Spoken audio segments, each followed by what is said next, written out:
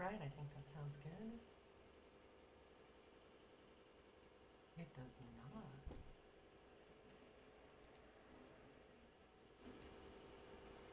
Did that improve it?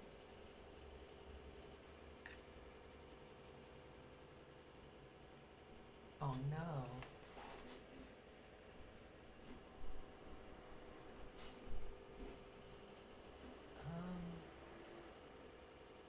What is that in the background?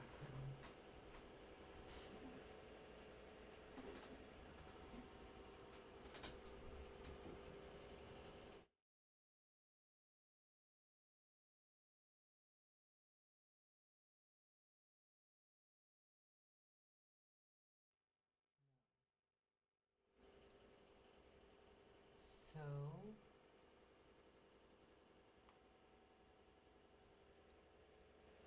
just a little bit more. How is this? Alright, that's probably the best I can get.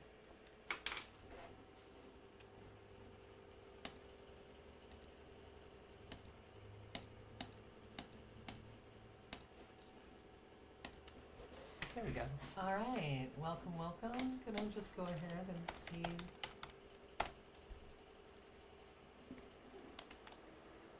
who's on.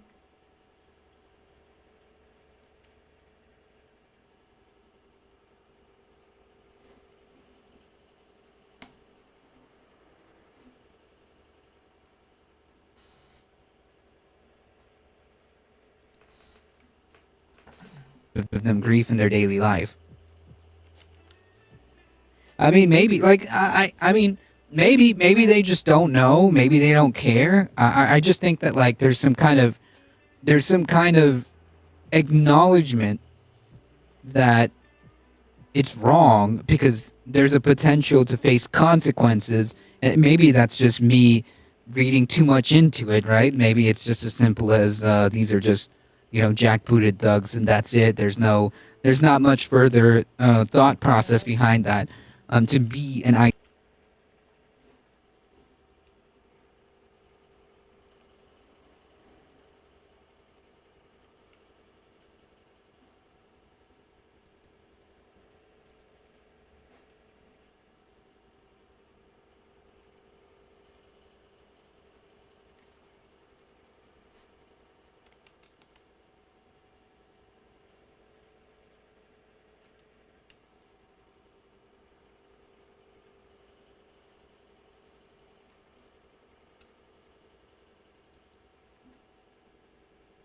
$0.01 per 1,000 litres and selling it back for €7 per litre.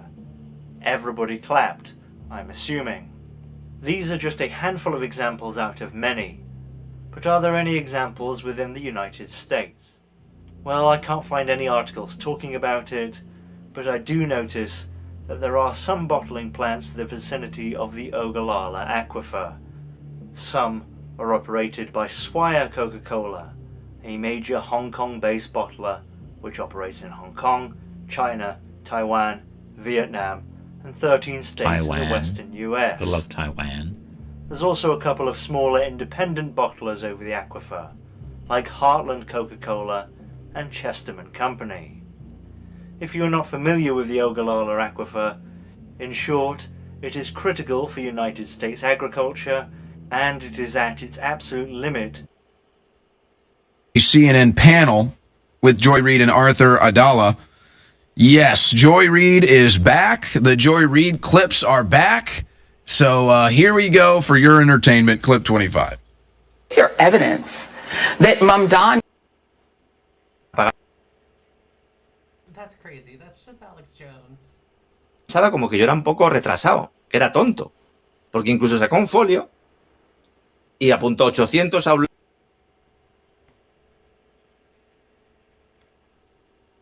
Once though, because if you start again, if you're a spam it just because you're like, oh, I didn't get to say it, it's like, no, then you're just being annoying.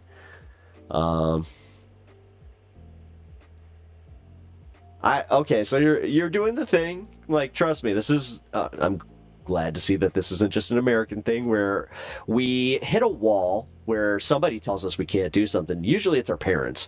And then they're just like, you can't do that. And we're just like, nuh-uh. And we proceed to do it.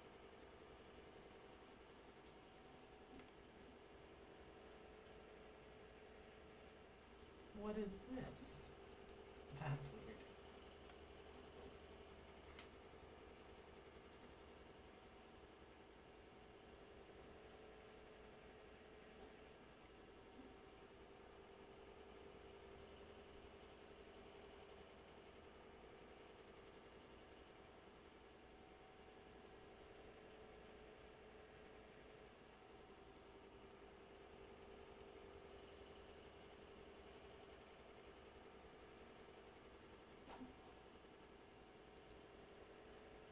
Ever in recorded history for shootings and murders. Once that starts going up in the other direction, and the tax base is gone, and sanitation is gone, and schools are gone. Now, there's two things to understand here about the leftist mindset of these two women, but it's most of them. They don't even understand the basic economics. So he has to explain this is what's going to happen with his monetary policy, his fiscal policy, okay? So he explains that. They have nothing to say. But then if you notice what Abby Phillips chimes in with, she says, hey, we're already taxing him at 50%. You know, what's another 2-3%? That is the criminal psychology. That is quite literally the criminal psychology, which is you just, because they're stealing money. It's what they're doing. They're stealing your money. They're stealing rich people's money. So they just figure, hey, we just, you know, we stole a lot. Let's steal a little more. Let's steal a little more. Let's steal a little. This is insane. What's his name? I can't think of his name, but this guy is insane. People in New York for so long. Why not steal a little more? They put up with it. Well, and then they don't. And then everything collapses. And they don't even get it. They really don't even get it. How about this hilarious bit? Joy Reid comparing Trump to Mom Donnie, as if there's any comparison. Clip 27. Because a 33-year-old with zero experience running anything except a little office with 5 employees should not be running the city of New York. Donald Trump is president of the United States. His experience was being on The Apprentice. He's head of the Pentagon. Who's experienced. Folks, do these people even live in reality? Do you ever wonder? Do you even live in reality? Donald Trump's experience was being...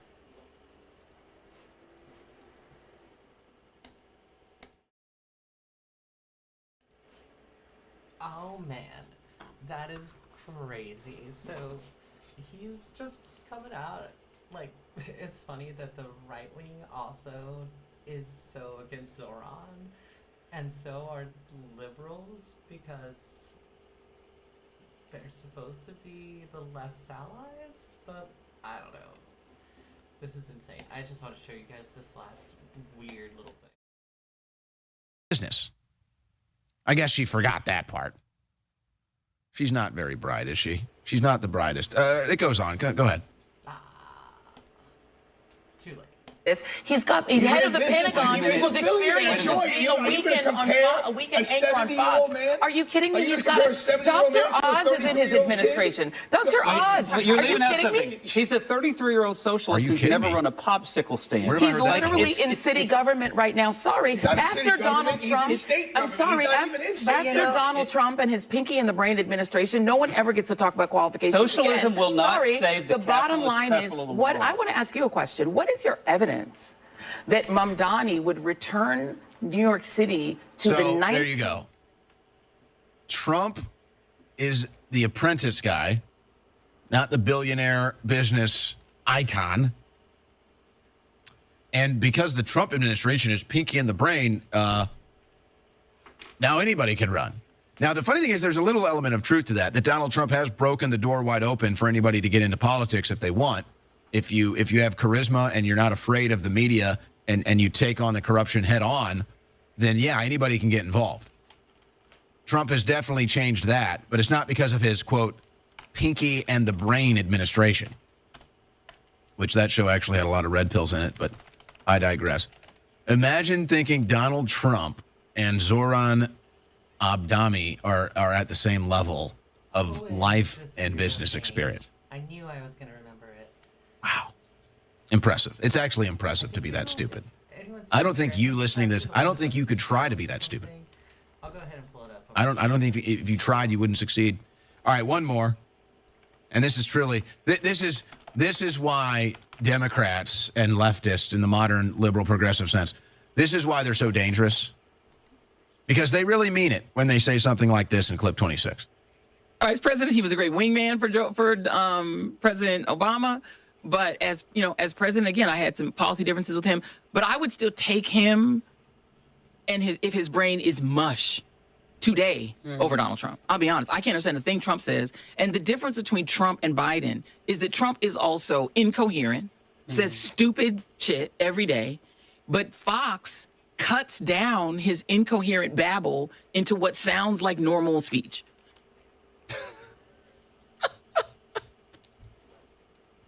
Okay. Oh, man. That is, this is what we're up against, guys. This is the future of the American left. This is the future of the Democrat Party. This is the future of... I mean, I don't know that Joy Reid is the future of the left or anything to do with the left. I'm sure she's more of like a neo-lib, but sure, Owen. Sure. Anyways. Back with her new bleach blonde hair and whatever that deal is she's wearing. I've never seen that before. That is a look. That is okay. All right, we've had our fun with Joy Reid. Good to know that Owen is actually also a virgin because he has no idea what he's talking about with with Joy Reid's hair.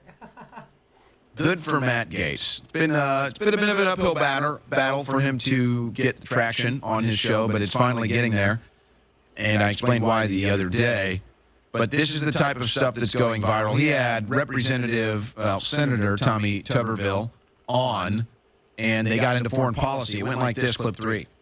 There are some in the Senate still calling for regime change in Iran, folks like Senator Graham and Senator Tillis. Do you align with that position? Matt, you know as well as I do, we've tried to overthrow 60 different regimes in the last, 50 years. I was looking at it one day. It's amazing how many people we tried to involve ourselves as Americans in their business, and some we have overthrown. None of them have ever worked out. Look at Ukraine. We overthrew Ukraine, back in 2014. CIA put Zelensky in as a puppet president. All hell falls in, and we've got a huge problem after about $300 billion of the taxpayer dollars here in the United States of America. So it doesn't work. If they're going to change it, it has to be done by the people on the ground. They're the ones you have to trust. And I'm sure there's a lot of Iranians that would love to have their country back like it was back in the 70s. I don't know whether there's enough of it. So the conversation is changing. The attitude is changing. The scripts are being torn up and thrown in the trash can. It's all happening at hyper speed. And so now you're going to see the divisions. And I've always been saying it. If you've been listening for years, you know I've always said it. The organic evolution should be that the MAGA coalition completely destroys the left politically and then splits into two. Unfortunately, we had the left on the ropes wobbling, and then we gave them life with the Middle East issue. So they're back. It's also very funny how Owen sounds so bored as he's talking. So we have the left on the ropes. We have their backs. Meanwhile, he's saying some of the most violent, weird things you can imagine. Anyways. Midterms, and then see what you can do to try to save the House from being flipped. Like reversing all the Democrat gerrymandering in Ohio and Texas is a good place to start. And we know that is going on. But this is the type of stuff that is just going to drive people nuts on both sides, by the way. This is Democrat of Florida, Representative Moskowitz. They're trying to bring back the Anti-Semitism Act, and they're upset at Marjorie Taylor Greene for standing against it. But it's just crazy. It's like, do you listen to yourselves talk? It's like, do you ever write it down and read it and listen to yourself? Here in clip 7. Okay.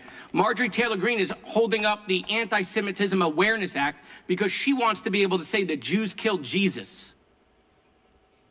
So this is a problem in both of our houses. She wants to be able to say that Jews killed Jesus. Well, whether you believe that or not, should you be allowed to say that? Why should... That was a long pause. Interesting. And the more you fight this fight, and the more you tell people they can't criticize Israel, and the more you tell people you can't say this, you can't say that, you can't say Jews killed Jesus, you're only having the opposite effect of what it is that you're trying to do. If it is what you're really trying to do, stop anti-Semitism, you're only making it worse. And it is. It's worse than it's ever been. There's no doubt about that. And it's only going to... It's like a game of ping pong. It's like one of those games of ping pong. You ever seen it? And they get like 10 feet behind the table, and then it's like 15 feet. It's like crazy. That's what it's like. So it's like you start, and you're both kind of touching the table, and then as the thing goes on, it just gets farther and farther. That's where it's at now. So yeah, the more you cry anti-Semitism for a foreign policy debate, and the more you try to censor people's free speech to say Jews killed Jesus, or you could say Muslims killed Jesus, or whatever you want.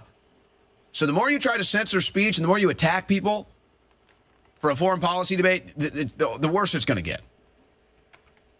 And it's going to become, as I predicted yesterday and was proven right, it's going to reach the voting booth. And it's not going to be limited to New York City. It's not going to be limited to a mayor's race. It will reach the voting booth in the midterms and beyond. Do not doubt me on that. It will reach the voting booth. USP medical grade meth. It's really all the rage. RFK Jr., Mel Gibson, scientists, doctors everywhere are talking about it. And we have the very best methylene blue USP grade made in Florida that you're going to find anywhere. It is so much stronger than anybody else's. It's crazy. I don't know if anybody knew this, but actually it's kind of funny that meth is one of the most popular drugs in baseball. I'm working on a video about that, so stay tuned. Another bottle free for a limited time at the Amphetamines, but potato, you get what I'm trying to say. 80% reorder. So for all of you that have been on the fence, go get yours now, already discounted, and get a free bottle with every bottle you buy at thealexjonesstore.com. Here's some of the amazing testimonies talking about medical grade methylene blue. You were just telling me that you had a brain disease, and what did you do to fix it? Oops. Alright, while this is going, I'm gonna go ahead and read a little bit of this article. InfoWars host Owen Schroyer, the guy we're watching right now, gets 2 months in prison in Capitol insurrection case. I just want to fast forward a little bit to the bottom. Here we go. Schroyer didn't need to set foot inside the Capitol because many of his followers did. Prosecutors argued. They said Schroyer spread information, disinformation, and thinly veiled calls to violence on January 6th to InfoWars viewers in the weeks leading up to the attack. So he got arrested for the attack of January 6th, and he sounds this boring. It's kind of crazy.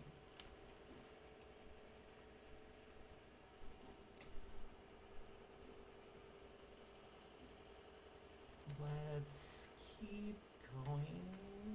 I'm sure to say somewhere here. Here we go. After January 6th, Schroyer, this guy that we were just watching, used his show to promote conspiracy theories about the riot, trying to shift the blame to left-wing Antifa activists and even the FBI. If the FBI were involved, I'm sure we would have known by now. After his arrest, Schroyer raised nearly $250,000 through an online campaign described as his defense fund. Very, very interesting. Also, Alex's pivots to commercials are infamous and insane. More than 1,100 people have been charged with Capitol riot-related federal crimes. Over 650 of them have pled guilty.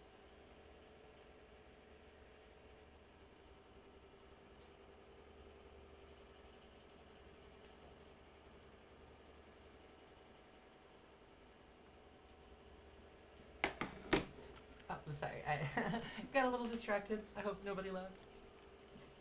Whoops. Looks like 2 people did. These commercials are insane. Let's actually pivot and do a little bit still news, but a little bit less weird news. Let's just go into a little TYT.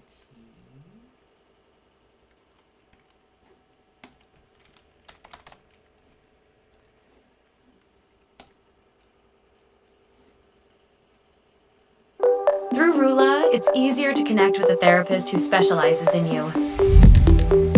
Tell us what's important and we'll provide a curated list of in-network providers. Explore your matches and pick the provider that feels like the best fit for you. Schedule your appointment, see a provider as soon as tomorrow, and join your video session from wherever you're comfortable. Your journey to quality care gets easier from here. Take the next step today.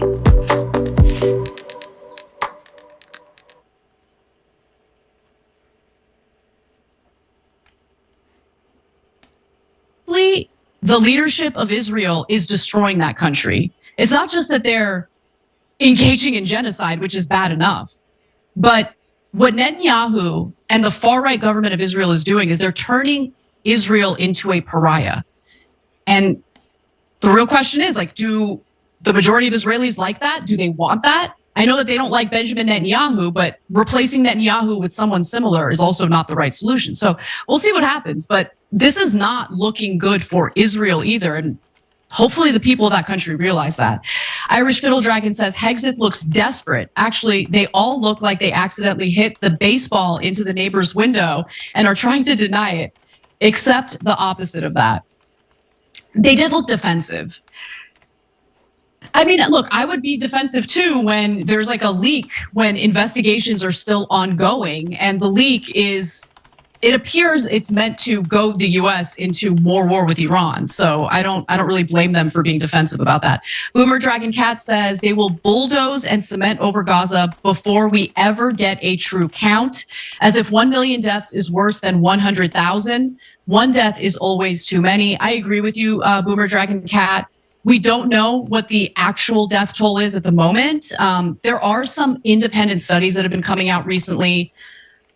One study says that the actual death toll is 75,000. There was also some work done over at Harvard that we were initially going to share with you, but we didn't feel good about the numbers. Like, we didn't feel confident enough to share that with you. So we're going to wait to make sure that it's accurate before we report it. But yeah, I mean, if we could have some journalists allowed into the Gaza Strip to do some reporting, that would definitely help. But Israel has banned them, and they continue to slaughter the remaining journalists who are in the Gaza Strip, most of whom, of course, are Palestinians. All right, let's go to AJ Nestor in our Twitch community, who says, it seems impossible after all this bombing that deaths aren't in the hundreds of thousands. We'll see.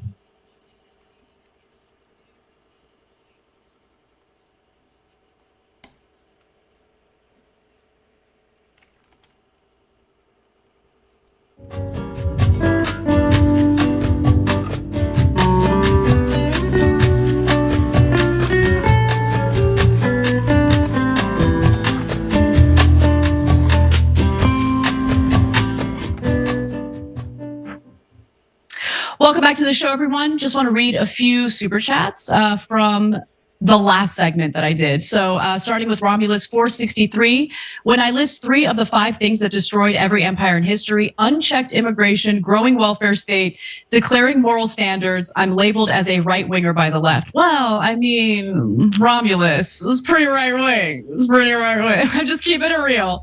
But, you know, those are issues that should be debated. And to be quite frank, right now, in the context of the United States, I don't want to hear anything about how, oh, the welfare state's the problem and we need to further nickel and dime the American people, when there is no debate. We need to further nickel and dime the American people when there is no debate. We need to further nickel and dime another country. There was no debate.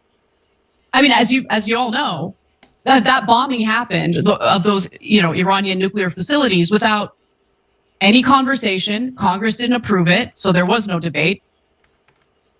But more importantly, we were all surprised by it because it was announced after it was already done. So when it comes to war, never a debate. Okay, when it comes to military spending, defense spending, never a debate. And we're talking about, in the case of defense spending, close to $1 trillion a year at this point. Obviously, you have to be able to balance a budget. So if you have a situation like Venezuela, for instance, where you don't have a diversified economy, when all of your economy is based on exporting oil, well, when oil prices drop, you're not able to afford the social programs that you have in your country. That was a big miscalculation in Venezuela.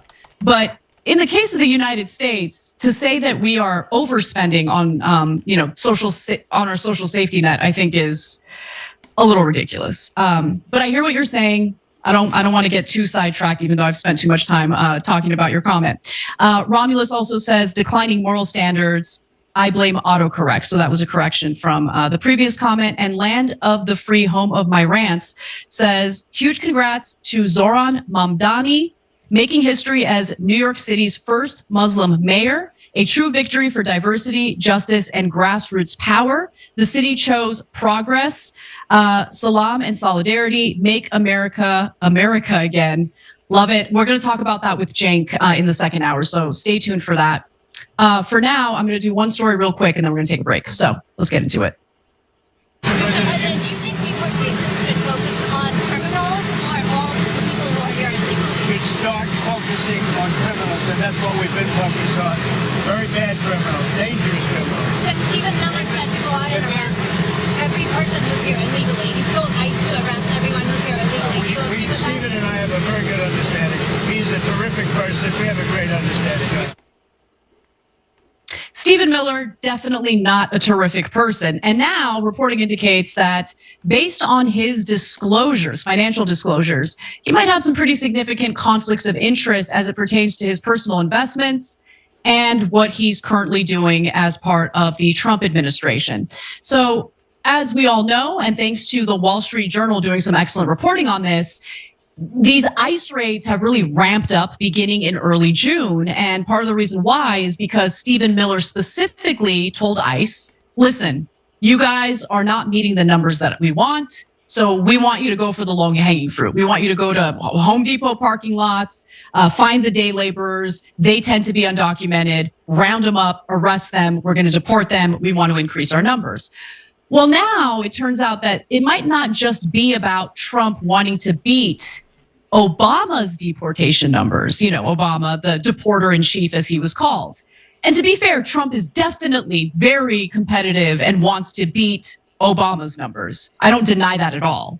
But for Stephen Miller, there's something personal and financial involved as well. And that has to do with his investment in Palantir, which is very, very much involved in our deportation schemes here in the United States. So according to ethics disclosure reports released by the White House, Miller owns between $100,000 and $250,000 worth of stock in Palantir, which of course is Peter Thiel's data and intelligence software company that has several lucrative contracts with immigration and customs enforcement to track data and conduct surveillance on undocumented immigrants and soon American citizens. We've covered that.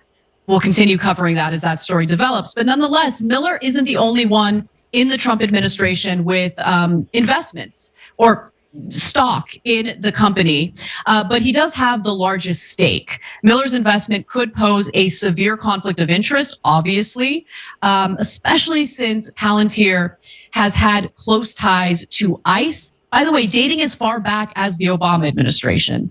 And I'm not doing this like both sides thing, but we also have to be real about the Democrats, because the Democrats, they're different from the Trump administration in that they don't make a big show of the deportations that they engage in. But I went back and read stories from the Obama administration about how he had no problem separating. He had no problem separating families. If the children were born here in the U.S., they could stay here because obviously they're citizens, but he would deport the parents all the time. And it's amazing to me that the same Democrats who obviously are pointing to the cruelty that we're seeing on the streets right now with these ICE raids, they totally gave Obama a pass. They didn't freak out about what Obama was doing. So we need to hold government officials, politicians, presidents accountable regardless of their party. Otherwise, you're just a hypocritical person. Okay. Now, with that in mind, let me give you some more on what we've learned about Stephen Miller's financial disclosures. So Palantir, I should note, received a $41 million government contract back in 2014. This is during the Obama administration, and created custom software for ICE, referred to as investigative case management. Now, deportations have escalated pretty quickly following Miller's directive to ICE officials in early June. But months earlier in April, this is super important. So just months earlier, ICE awarded Palantir another $30 million contract to create tracking software aimed at providing the agency with near real-time visibility into migrants engaging in self-deportation. According to documents obtained by Wired, one of the core functions of the program, dubbed Immigration OS, very creative, would be to streamline and prioritize selection and apprehension operations of illegal aliens. And I'm reading that verbatim. So Reuters reports that this is the largest single federal contract that Palantir has been able to secure from a federal government agency, in this case, ICE. And Don Fox, who's the former acting head and former general counsel of the Office of Government Ethics, has outlined a possible scenario illustrating how Miller could cross an ethical line if Miller was in a meeting involving DHS officials talking about whether the data analytics capability of DHS needs to be improved or changed in some way, knowing full well that Palantir would be the beneficiary. And if Palantir is going to be the beneficiary, well, the value of your shares are going to increase. This is why like everything else in the Trump government, it's just going to be a big rug pull scheme, of course. Presidential cabinet investing in individual stocks is such a problem because it does create a conflict of interest. Now, look, Stephen Miller absolutely hates immigrants. He doesn't hide it. I think he would do what he's doing right now, regardless of his investments in Palantir. So I don't want to give him some sort of weird pass by saying, oh, his heart's not into it, but he's thinking about his pocketbook. Sort of. I think it's going to be a little bit weirder than that, but I do think it's going to be some kind of weird money scheme for Stephen Miller. Yeah, of course he wants to make money, but he also gets to carry out, right as I said it, opinion, cruel, disgusting policies that are currently being carried out right now with these ICE raids. And again, I mean, obviously, there's widespread support for deportations when it comes to Trump voters. But what we're really talking about here in terms of Trump losing favorability on immigration is that fragile coalition he was able to build in the last election cycle. That included independents, that included lifelong Democrats who were just so sick and fed up with Democrats, they decided to switch parties and take a chance on Trump. Those people are not very supportive of these types of immigration policies. They were under the impression that Trump was going to focus on criminals, meaning people who had committed violent crimes, had been convicted of said crimes, and not to be confused with criminals like Owen Schroyer, who we just watched. Offenders.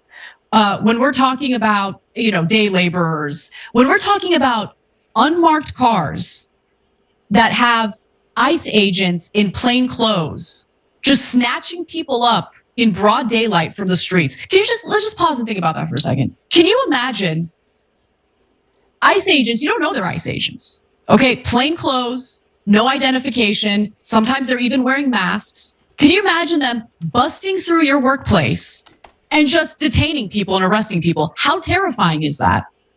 And that is what's happening right now. And if Trump is under any impression that this isn't hurting him politically, he's got another thing coming. If Republicans think this isn't hurting them politically, they've got another thing coming. Because people don't want to live in a terrorized world like that.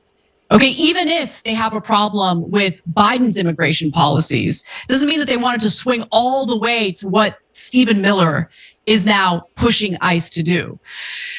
Now, I should say that Miller's investments have definitely paid off quite a bit. So Palantir Technologies has been the top performing S&P 500 index stock over the past year. Shares of Palantir have risen over 92% year to date. Moreover, shares have gained 490% just in the past year.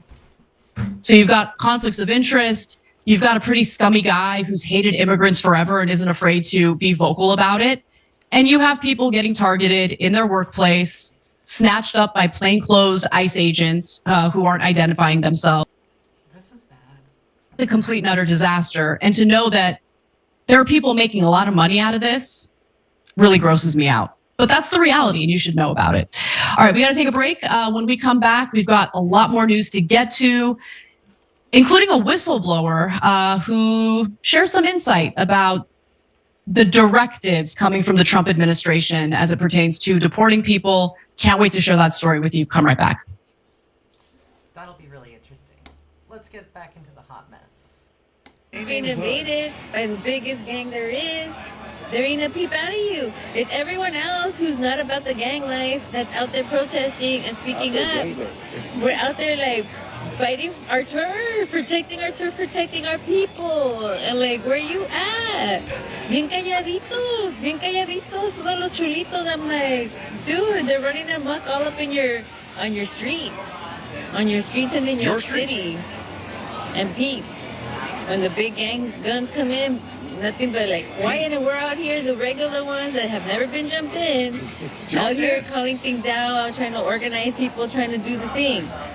So don't be trying to claim no block, no nothing. If you're not showing up right now, trying to like help out and organize, I don't want to hear a peep out of you once they're gone, trying to claim that this is my block.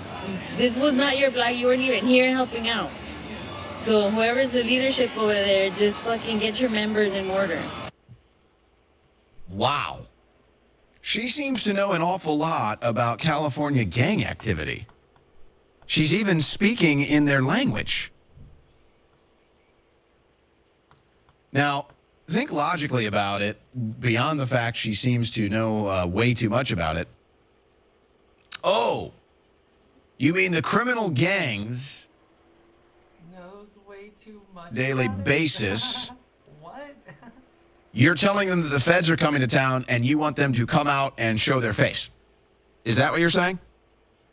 I hope so. You're asking criminal gang members, your peep, holding down the block. You're asking them to come out and expose themselves in a public standoff against federal law enforcement. What? That doesn't sound legal. Or they're really going to be excited to take up. Oh, yes. I'm sure they're...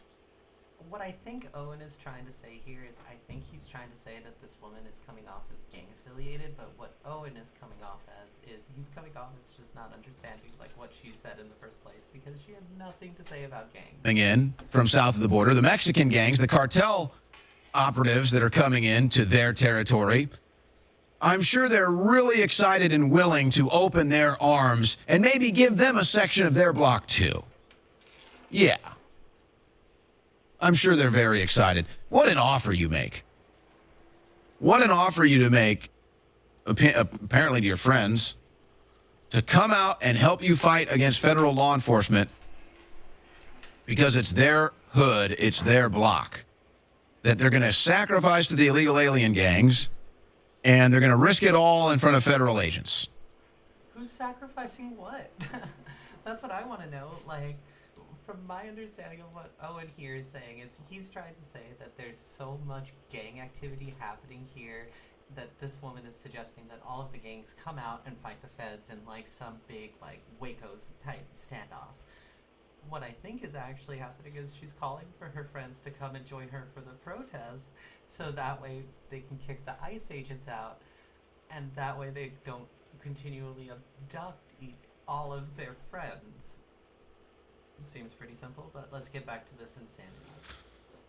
So we remember some of the legendary Pride Month moments, like German soccer player Kevin Behrens, who was suspended after refusing to sign a fan's Pride jersey saying, "I won't sign that gay shit." Back when Pride Month used to be something, used to mean something. Well, it means a little bit if you're in Atlanta. Thanks to people like Owen, Pride Month is less popular even with corporations who are making big bucks off of it. 4 could be charged with hate crimes for destroying LGBTQ pride flags, Atlanta police say. Oh, that's not free speech? Former, I see. So, yeah, they have the gay pride there. They have the gay pride little street mural, and then they have the gay pride flag, and they lit it on fire. It's their property. It's a hate crime. It's a hate crime. So there'll be a manhunt. They'll probably try to charge him with a hate crime. There will not be a manhunt. We know exactly how the police operate in this country.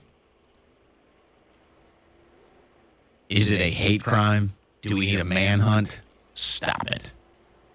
I don't follow Atlanta crime as much as I do some other cities. I'm willing to bet there was at least a couple people shot probably over the weekend. What do you guys think? It's not as bad as Chicago. Statistically, way safer now. Shootings in Atlanta that don't get reported on all the time.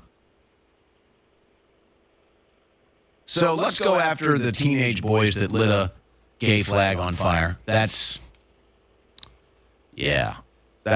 Sorry, let's take a little interruption and go over exactly this article that Owen is talking about. Alright, so this is the MSNBC article. 4 could be charged with hate crimes for destroying LGBTQ pride flags, Atlanta police say. Alright. 2 18-year-olds were taken into custody. Let's see. Here we go. Police say they got calls at 1:40 a.m. Tuesday morning that 6 males were causing a disturbance near the corner of Piedmont Avenue and 10th Street, an intersection on the city's Midtown neighborhood that is painted with rainbow crosswalks to honor its importance in Atlanta's LGBTQ community. The men coordinated their plan and drove to Atlanta from their locations northwest of the city, police said. Officers are still looking for 2 of the 6 who they believe took part. Investigators initially told news outlets that the men had pulled down flags outside of Blake's on the Park, a bar near the intersection, cutting them up with a knife and taking videos of what they were doing. The males fled from the police on motorized scooters, investigators said, with officers catching and arresting 4 of them. So that's literally the opposite of what Owen tried to say. So literally, they were not destroying their own private property. They were vandalizing a bar that had an LGBTQ pride flag and just started destroying it. And then the police obviously got called because they were doing a crime in public and then arrested them. So really what is happening here is a crime on property happening in front of a lot of people who then called the police, and then these people committing the crime got arrested. It's not that they just randomly destroyed their own flag and got arrested for it. No, this was a real targeted, almost like a terrorist attack.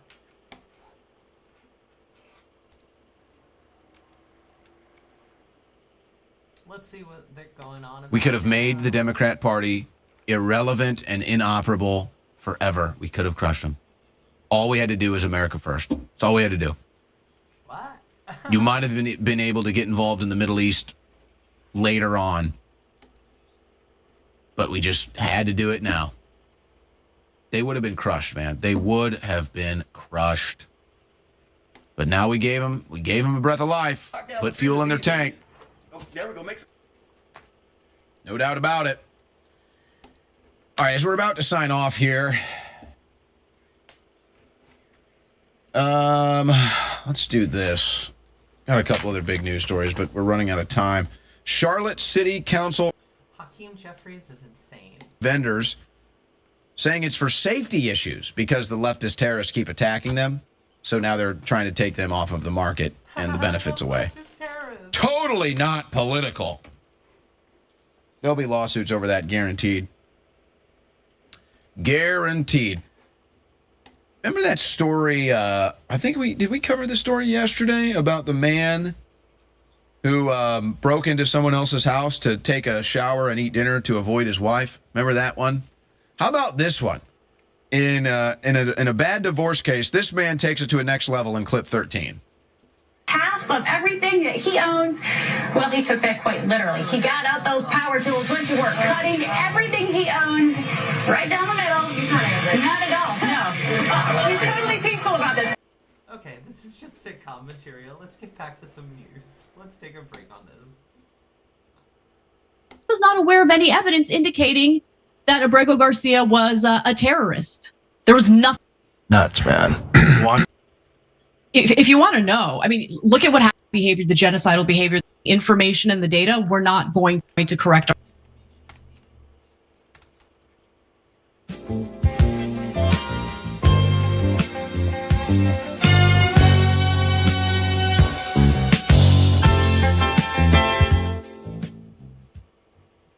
Welcome back to TYT. I'm your host, Anna Kasparian. And during our social break, one of our viewers in the super chat section was giving the main show team props for the research that we do and how thorough we try to be in sharing stories with you all. And I mentioned how important it is to me for us to correct our errors if we get something wrong. So what I'm about to share, I don't think was necessarily an error in like getting a fact wrong. It was more a perspective that some in the audience didn't share with me. And now I actually agree with the audience members who didn't agree with me at the time. So if you guys can remember, during the presidential election, Congresswoman Nancy Mace was on CNN, if I'm not mistaken. Anyway, she was on a panel and she said Kamala Harris's name incorrectly. Now, the accusation was that she was doing it on purpose. I wanted to give her the benefit of the doubt because I heard so many people say, Kamala instead of Kamala. And it's not because they're bad people or they're intentionally trying to mispronounce her name or they're racist. It's a different name. It's a unique name. Seeing how Nancy Mace has been behaving, especially in recent months, I've changed my mind. I think she did it intentionally. I think she got a rise out of it and it was gross. So for everyone who disagreed with me, I've now changed my mind. I wanted to mention that. Okay. Let's get to our next story. There's more to get to when it comes to the Trump administration and their immigration policies, including this. Bro, these ICE raids are nuts, man. Watching this protest on television, it's like... Do you think the raids are nuts? All of it's yeah. nuts. I think both protest sides are is nuts, taking it a little the too raids hard. Well, I don't think if the Trump administration, if they're running and they said, we're going to go to Home Depot and we're going to arrest all the people at Home Depot, we're going to go to construction sites and we're going to just like tackle people at construction sites. I don't think anybody would have signed up for that. They said, we're going to get rid of the criminals and the gang members first. Well, not only is the Trump administration doing the opposite of what they promised, they are not only focusing on criminals and gang members, they are in fact doing ICE raids at Home Depot parking lots at the direction of Stephen Miller, who wants to increase the number of people getting deported. Who is this guy? I know who Joe Rogan is. I don't know who these other two dudes are. That, Trump's own Justice Department is making, he was in Trump's Justice Department, but he's making the allegation that they were essentially told to ignore the courts. I'm not kidding. So let me give you all the details on this. So again, this is a whistleblower at Trump's own Justice Department making the stunning allegation. The whistleblower's name is Erez Ruveni. Now, he is the Trump administration was deported mistakenly. Bill Bove said the Trump administration's deportations should be carried out regardless of any court orders preventing them. That's a pretty big revelation. And I'm not okay with that. Whew, that part we have a system of checks and balances. Even if the executive branch doesn't like a ruling from our judicial branch, if you believe in our Constitution, if you believe in our system of government, you must abide by that decision or appeal it and go through the process. But according to Ruveni, that is not what the direction was. So in March, Bove allegedly stated in a meeting that the Trump administration was about to carry out The Islamic takeover.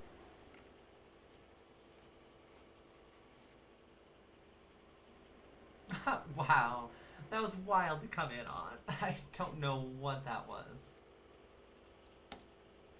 Let's see. Are they done for the day? Because this was a wild channel to see.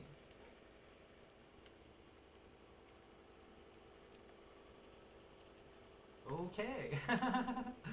That was truly insane.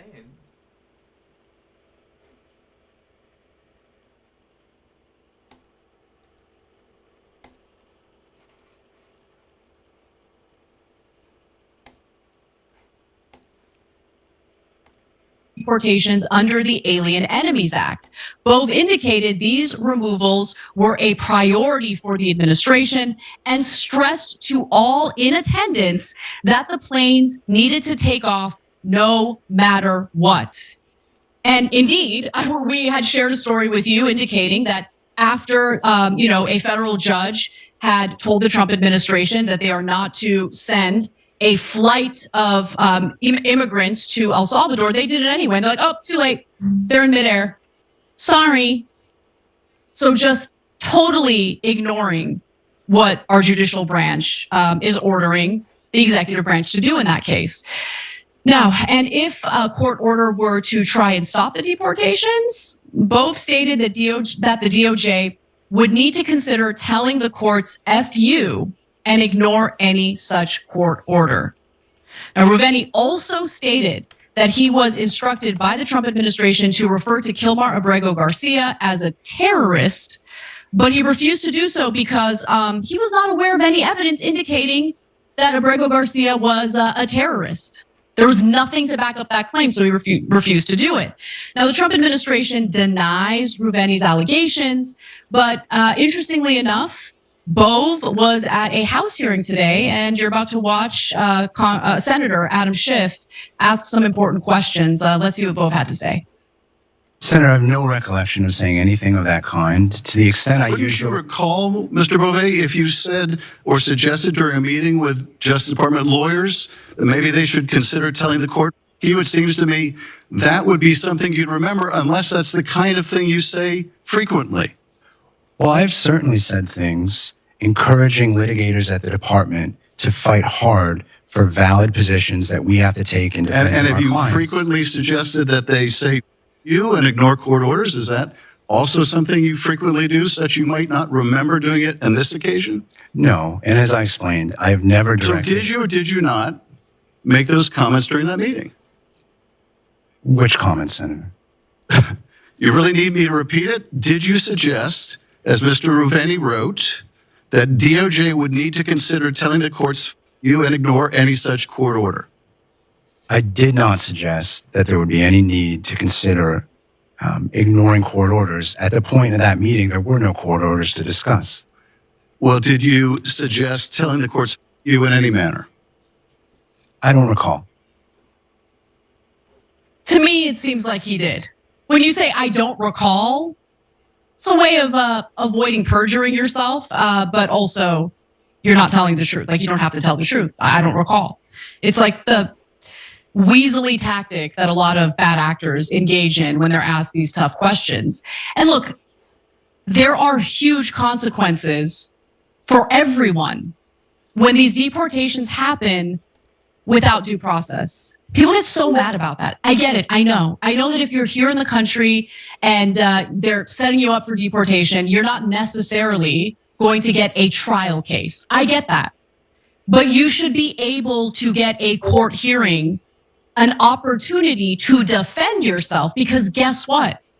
If you don't have a process of due process, people are going to mistakenly get deported. And that's what happened to Abrego Garcia. And by the way, that has happened literally to U.S. citizens that were mistakenly deported. In fact, Time Magazine published a piece today that is fascinating, something that we should all know about. So less than 6 months into President Trump's second term, courts have directed his administration to bring back at least 4 people that they've deported. In the latest example, a court of appeals ordered the federal government to facilitate the return of Jordan Salmiran, who was deported to El Salvador in May, just 30 minutes after the same court issued a stay of removal according to court documents. It seems to back up the claims that we're hearing from Ruveni, the whistleblower. The federal government said his deportation occurred because of a confluence of administrative errors. You know, a good way to mitigate administrative errors is to have a system of due process. and to actually value that system of due process. Give the individuals who are set for deportation an opportunity, a hearing before a judge to make their case. Because who's to say the federal government doesn't make a mistake and accuse you of being an undocumented immigrant when you might be a citizen or someone who's in the country totally legally? Shouldn't you at least get an opportunity to prove yourself, to make your case? Shouldn't you get an opportunity to say, hey, look, the federal government's making a mistake here. Maybe it's a case of mistaken identity. Who knows? But these are people's lives. These aren't games. We're not talking about stuffed animals here. We're talking about human beings, whether they're in the country under protected status, whether they're American citizens. These mistakes keep getting made, and like the carelessness about it is enraging. Because if you as an American are okay with the erosion of rights for undocumented people, that means you're okay with the erosion of your rights because it affects you as well. There's more. I mean, the federal government, again, said that the deportation of the gentleman I was referring to earlier, confluence of administrative errors. In the order, judges cited the case of Kilmar Abrego Garcia. I mean, it goes on and on. But at least 4 different people, the courts have said need to come back to the states because they were either mistakenly or illegally deported out of the country. Because when you don't care about human beings and all you care about is increasing your deportation numbers to engage in shadow boxing or this like made up pretend competition with the deporter in chief, President Barack Obama. I mean, the people who lose out in the end is everyone, literally everyone, whether you're an American citizen or you're here in the country under some other status, right? Either you're undocumented, protected status, green card, whatever it is. You have to protect rights. Rights matter. Due process matters. Having the ability to defend yourself in court matters for all of us. That is a right that makes this country great. And to see that being eroded right now in real time is infuriating to say the least. So I commend Ruveni for being the whistleblower that he is and came out, told the truth about what Beauvais saying behind the scenes. And I would like to see Democrats try to do a little more than just engage in performative Senate hearings. I'm glad that they're having the hearing, but let's follow up the hearing with some action.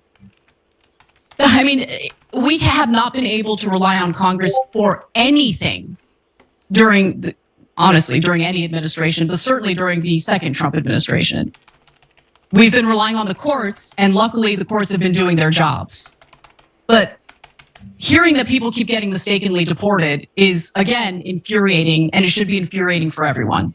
All right, we should take a break. When we come back, we've got more, including Cenk Uygur. Oh, cool. Cenk is going to join. This will be interesting. What contributions to the progressive cause are...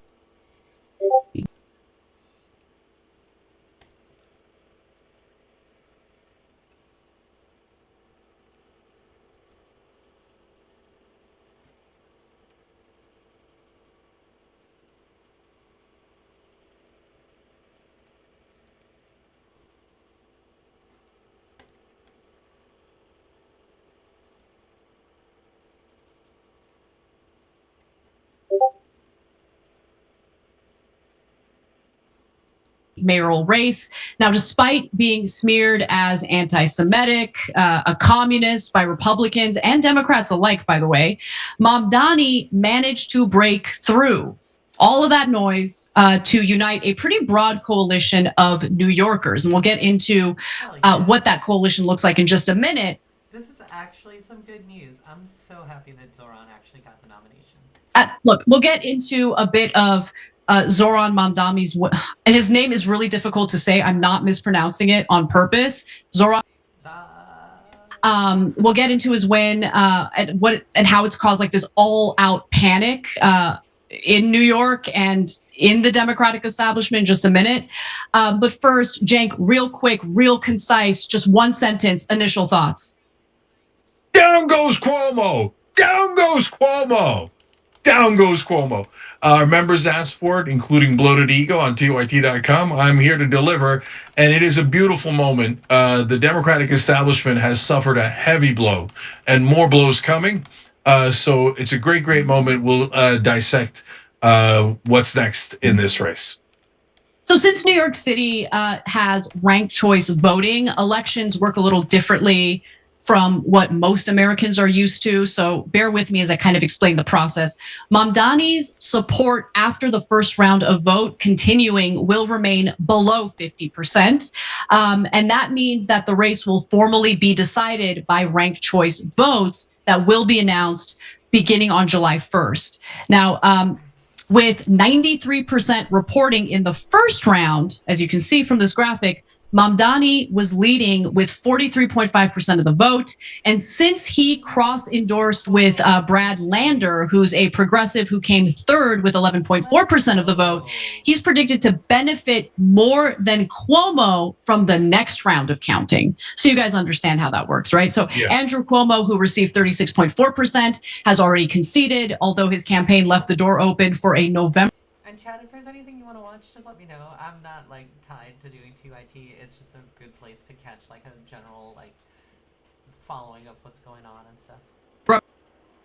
Would not be surprised if Cuomo tried this, but Mamdani ran on an economically progressive platform. He did not hide the fact that he identifies as a democratic socialist, and he has promoted policies including a rent freeze on all stabilized tenants, tripling the city's production of affordable union-built rent-stabilized homes, making city buses free, raising taxes on the top 1% of earners and corporations, and creating a network of city-owned grocery stores. So he wants grocery stores to be publicly owned instead of privately owned. Now, here's an outspoken critic. He is an outspoken critic of Israel's genocide in Gaza. He's also very critical of Cuomo. But look, Cuomo's supporters repeatedly accused him of being anti-Semitic, specifically because he's been rightly critical of Israel's conduct. And you might have seen, like, there was this viral video featuring a woman confronting him for being anti-Semitic. And I gotta say, the way he handled that was so good. Like, he didn't lose his patience. He was calm. He explained himself. And look, he's unfortunately being accused of the same thing that we get accused of when we tell the truth and show you evidence of what's happening in Gaza. Now, his supporters, Cuomo's supporters, I should say, included Bill Clinton, Mike Bloomberg, Jim Clyburn, and Richie Torres, which tells you everything you need to know about the type of people who wanted Cuomo to win over Mamdani. And amazingly, Politico found that more than 40% of Cuomo's top endorsements by elected officials have come from people who publicly condemned him 4 years ago. It's amazing. Now, just real quick, if you don't remember, Cuomo not only has been credibly accused of gross sexual misconduct by people who worked for him in the past, but he also made the horrible decision to send elderly people who still had COVID back to nursing homes where the virus continued to spread, and a lot of elderly people died as a result. I think that story is something that people should not forget about, because he messed with people's lives, and that wasn't okay. I know that these salacious stories tend to get more attention. And by the way, sexual misconduct should absolutely get the attention. But that doesn't mean you should forget about the other horrible things that Cuomo did as a leader, as the former mayor of New York City. Now, yeah. So, Cenk, I know you're chomping at the bit, but I'm going to make you wait for just one more second. Who voted for Mamdani? If you look at the borough level votes, I don't know why I love that. That's so funny. While Cuomo came out ahead in the Bronx and Staten Island, which that doesn't really surprise me. Staten Island tends to be a little more conservative. But in the Bronx, which of course is represented by AOC, I think, and this is just my guess, there has been more of a concern about disorder and crime and stuff like that in that area. So maybe some of Mamdani's policies as it pertains to policing turned them off. That's just my guess. But his coalition, again, largely consisted of a broad range of people, including white, Asian, and Latino voters in economically and racially diverse areas of the city. Notably, he struggled more in middle-class, predominantly Black areas in the Bronx and Southeast Queens, where Cuomo retained strong support from his years as governor. Cuomo also, that's right, he was governor. My bad, I made a mistake earlier. So he was governor. Cuomo also won islands of support on affluent Democratic strongholds like the Upper West and East sides of Manhattan, and in Orthodox Jewish enclaves in Brooklyn, where Mamdani's views on Israel alienated some voters. And in a conversation on the Breaking Points / Drop Site live stream last night, Mamdani, communications director, talked about their strategy, how they managed to win, and how they even reached out to they reached out to Trump voters. Interesting. Let's see how that turned out. After Donald Trump was elected and everybody was in a state of shell shock, what was this about? What happened? What did we do? We said, let's just go ask people. Like, let's go to the hearts of immigrant New York. Let's go to South Richmond Hill. Let's go to Fordham Road. Let's go to working class immigrant and black and brown neighborhoods that swung big for Trump and just ask people, why'd you do it? And we really made a sign that's... Hey, sorry, I just saw you. Does it sound better? I had myself muted while I was watching that, but, yeah, I do play D&D.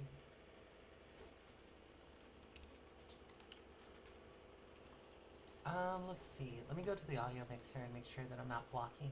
No, yeah, that should be good. Yeah, what kind of D&D do you play?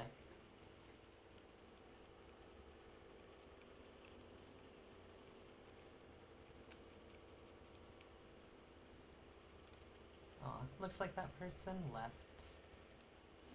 I don't know what happened with my sound, but it looks like it's fixed now, so.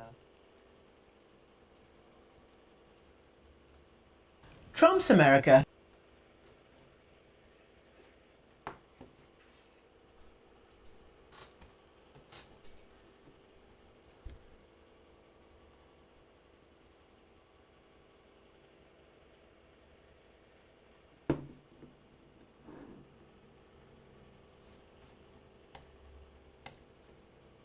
Director that you just watched for the campaign, Andrew Bard Epstein.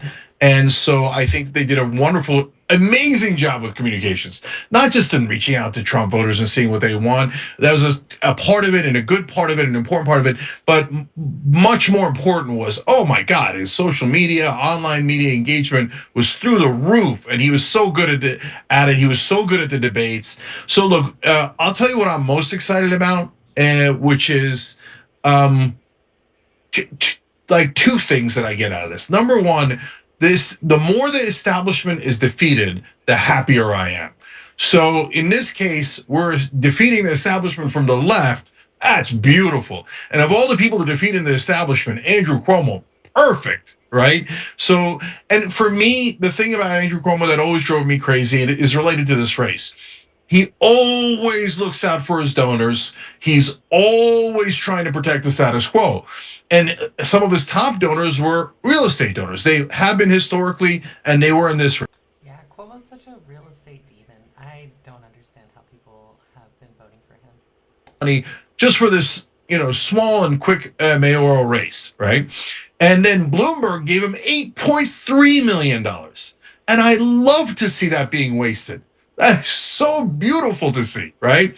So all of this, keep the status quo, didn't work.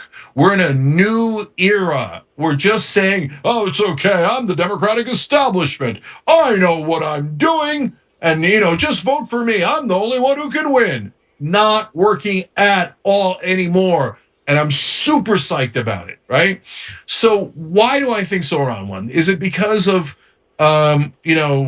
the district? No, Anna, a big part of AOC's district is also in Queens. I think that a couple of things have changed demographically and culturally in New York and across the country that are, I think, a little important, but then I'm going to get to the big point. So I remember when, I was involved in the Just Democrat race when AOC won that historic primary also in New York, right, against Joe Crowley. And in that case, we were rooting for a low voter turnout. We were trying to ambush them, basically. Joe Crowley did not have as much name recognition in that district. as they thought he did, and we thought low voter turnout with young, energetic progressives in the district might make a difference, and it did, and that was definitely the right strategy. By the way, run by Shurkat Chakrabarti, who's currently Okay. So, let's see. I'm just gonna turn Jake down. now, though, those young progressives are a massive force in New York. We didn't need low voter turnout. This was a higher voter turnout election than historically than in the last couple of decades. And it helped Mamdani, did not hurt Mamdani. That means momentum is on our side. Okay. So now when you get to the substance of it, okay, now here's where it gets a little interesting, because when I look at the particular policies that he pushed, I'm so curious about them because they're not the ones I would have picked. I'll be honest with you guys, right? And so, but I'm number one, they're change as opposed to the status quo. So that great. Seems like it's better. Let's try them. Let's try them and see what happens, right? And I'm genuinely curious to see, can he really raise corporate taxes by that much in New York? Will some of them leave, or will all of them stay and then thereby disprove the mythology that they're all going to leave? So I'm very excited about that one. I like that one, and I'm curious to see what rate of increase is going to be work, keep the companies there, and produce the revenue that we need. He would not back off of the BDS movement against Israel. Vendors. When we're talking about, day laborers, when we're talking about, she was like, why don't we call for a regime? So just something to keep in mind. Now, Israel produced their own intelligence. Much to New York, but so rent control, I've historically think it as problems in the market, but we've got to try to lower the housing prices somehow. Nationally, I think it's by banning private equity from buying residential real estate. That's in our populist plan. In a city, I get why they want to do a rent control freeze. I'm a little worried about the market dynamics there, but I think it's worth trying and see how it goes. Same thing for school buses, same for free childcare. Can they really do it? Does that make a big difference? And then finally, on defund the police, there's a program to move some of the funding to community service programs. Again, I'm very curious, is that going to work? Could it lower crime? Does it increase crime? Obviously, we will give you an honest assessment of that at some point, and we're not going to play around with the numbers and tell you it worked if it didn't work, or tell you that it didn't work if it did work, right? So we're going to be fair and honest about that. And I want to see him try these things, because change is so much better than not changing, and he's trying to address these folks. And that gets to my most important point, which is, guys, we've been asking for change the whole time. And would I have picked a different policy than government-run grocery stores? Definitely, but maybe I wouldn't have won, right? So he picked these policies. They voted for him. So let's give him a shot to run these policies and see if they're brilliant, see if they totally work. And did I see this coming in? No, I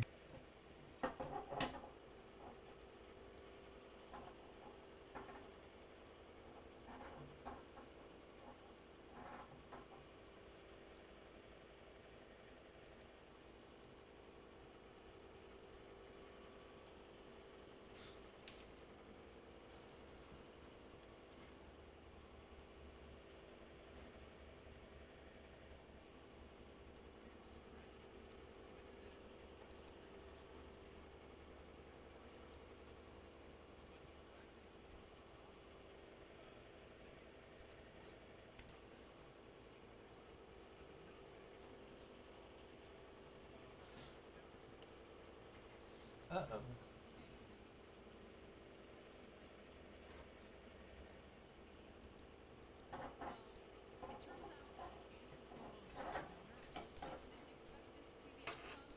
And this is amazing. So just bear with me as I read this. This was reported by the New York Times. As donors try to assess their next choice in the mayoral race, one of the biggest donors to Andrew Cuomo's super PAC, investor Mark Gordon, said he is likely to back Mamdani. That is because of the support that Mamdani has gotten from Brad Lander, who Gordon said he ranked first. I feel like people misunderstand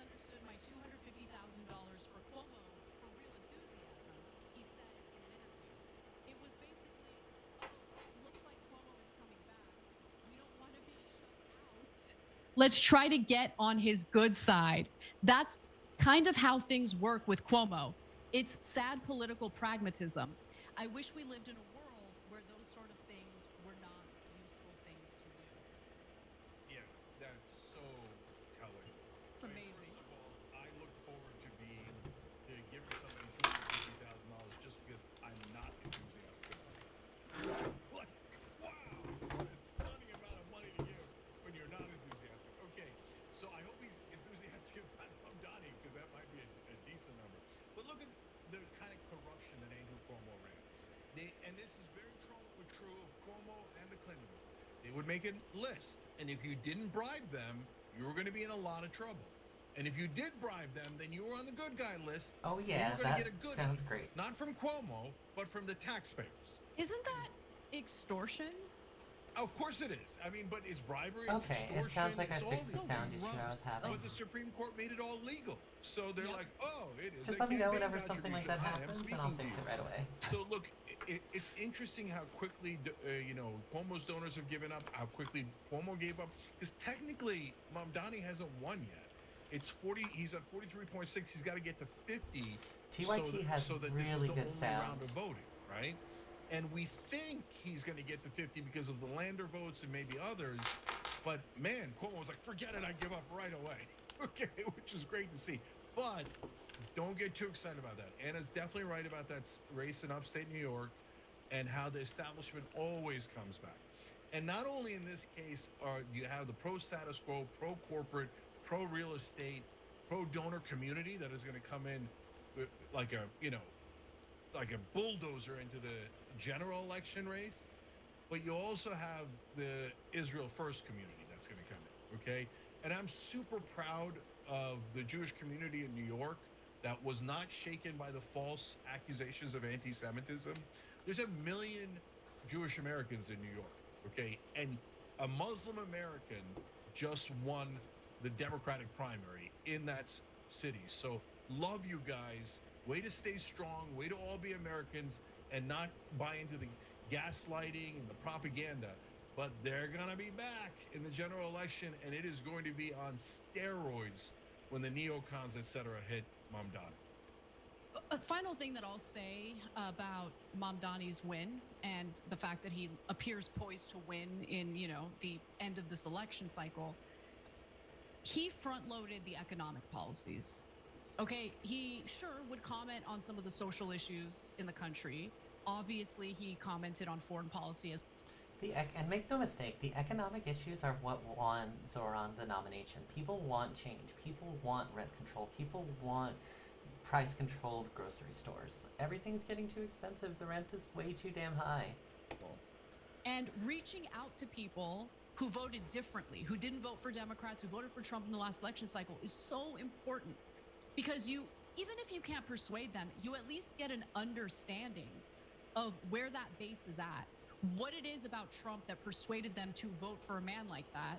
And again, for everyone who denies that, Trump's faux economic populism is what persuaded people to support him, I think it's pretty clear that in reaching out to these Trump voters and talking about the economic policies that Mamdani wants to champion, who's able to bring some people over onto his side. And so that's how you win. It reminds me of what Trump did in the last presidential election when he spoke before a conference of libertarians who booed him. They totally booed him. Everyone on the left was clowning on him. But I saw it differently because to me, that was Trump going into hostile territory, reaching out to vote. I kind of see what the strategy that they're talking about here is, but really the thing that I think won Zoran the nomination is his great politics, his ability to actually help and connect with the community, and not really his, I don't even think there's anything there that's really Trump-like. I just think that he had a solid platform, solid things that people wanted, and he won. Is this Anna? Anyways, let's see. Find something else we can watch during these commercial breaks.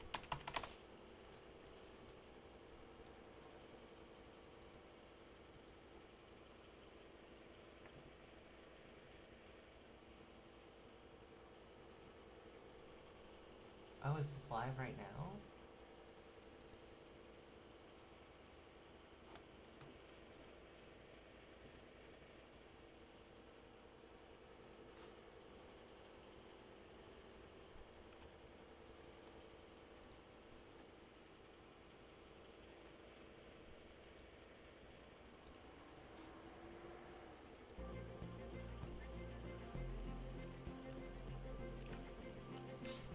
It is, but this is just news. Or not news as in it's a bad thing, but this is just weather.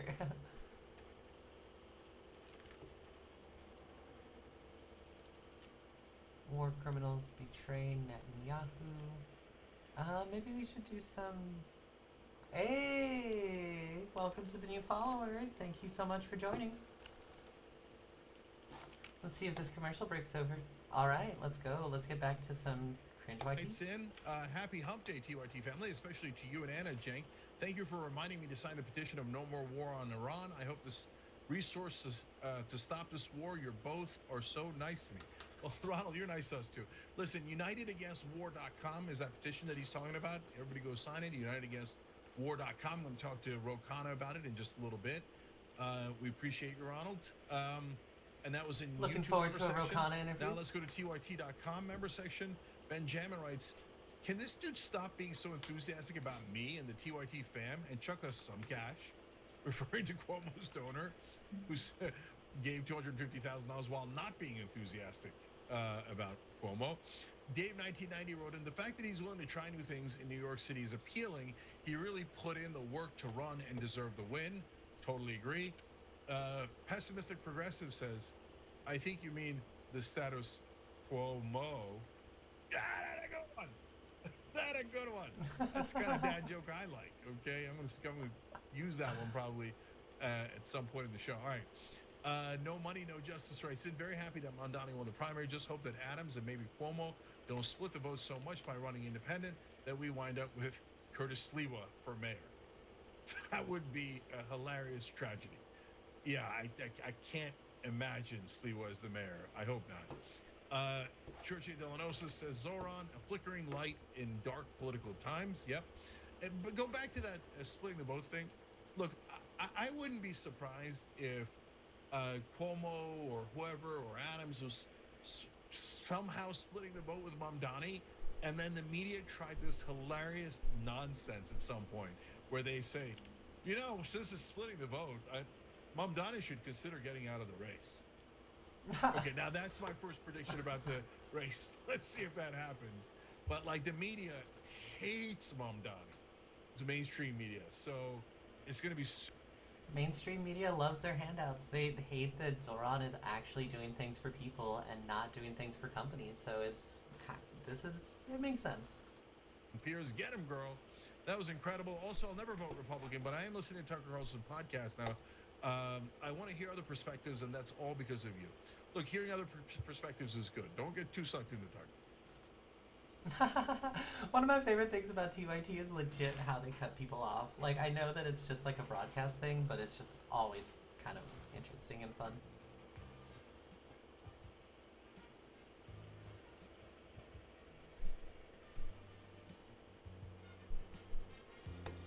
Somehow that you could get an education. But I think that's the first thing we really need to do, is to put our foot down and say, no more faking it to the host countries, but they don't have the money, to the IMF, Let's see to the what World this Bank, is like. to China, to anyone else. You've got to help make sure that all the kids are in school, period. And then there are all the other issues that we're dealing with. I won't belabor the point any longer because I know the time is short. But you guys are really important in this process. And to add to your importance, connect with others that you think we need to bring into this process, because this is a very powerful group that can really make a huge difference and can really, by the way, you can help the older ministers in the government, the presidents and so forth, understand this is no joke. This is real for your societies. This really can be done. You can tell them Professor Sachs said so, and that they got to get on with it, and that we're here to help, and we're going to get the financing that they need. We really are going to get the financing that governments need, but you need to help lay out the plans, the ideas, very operational, the wonderful. Okay, I just want to point out who this guy is real quick. I found this article that I was looking for. So in 1989, Sachs, this guy, right here, this guy, don't forget his face, advised Poland's anti-communist solidarity movement and the government of Prime Minister, I can't pronounce that name, wrote a comprehensive plan for the transition from central planning to a market economy, which incorporated into Poland's reform plan, led by Finance Minister. Sachs was the main architect of Poland's reduction operation.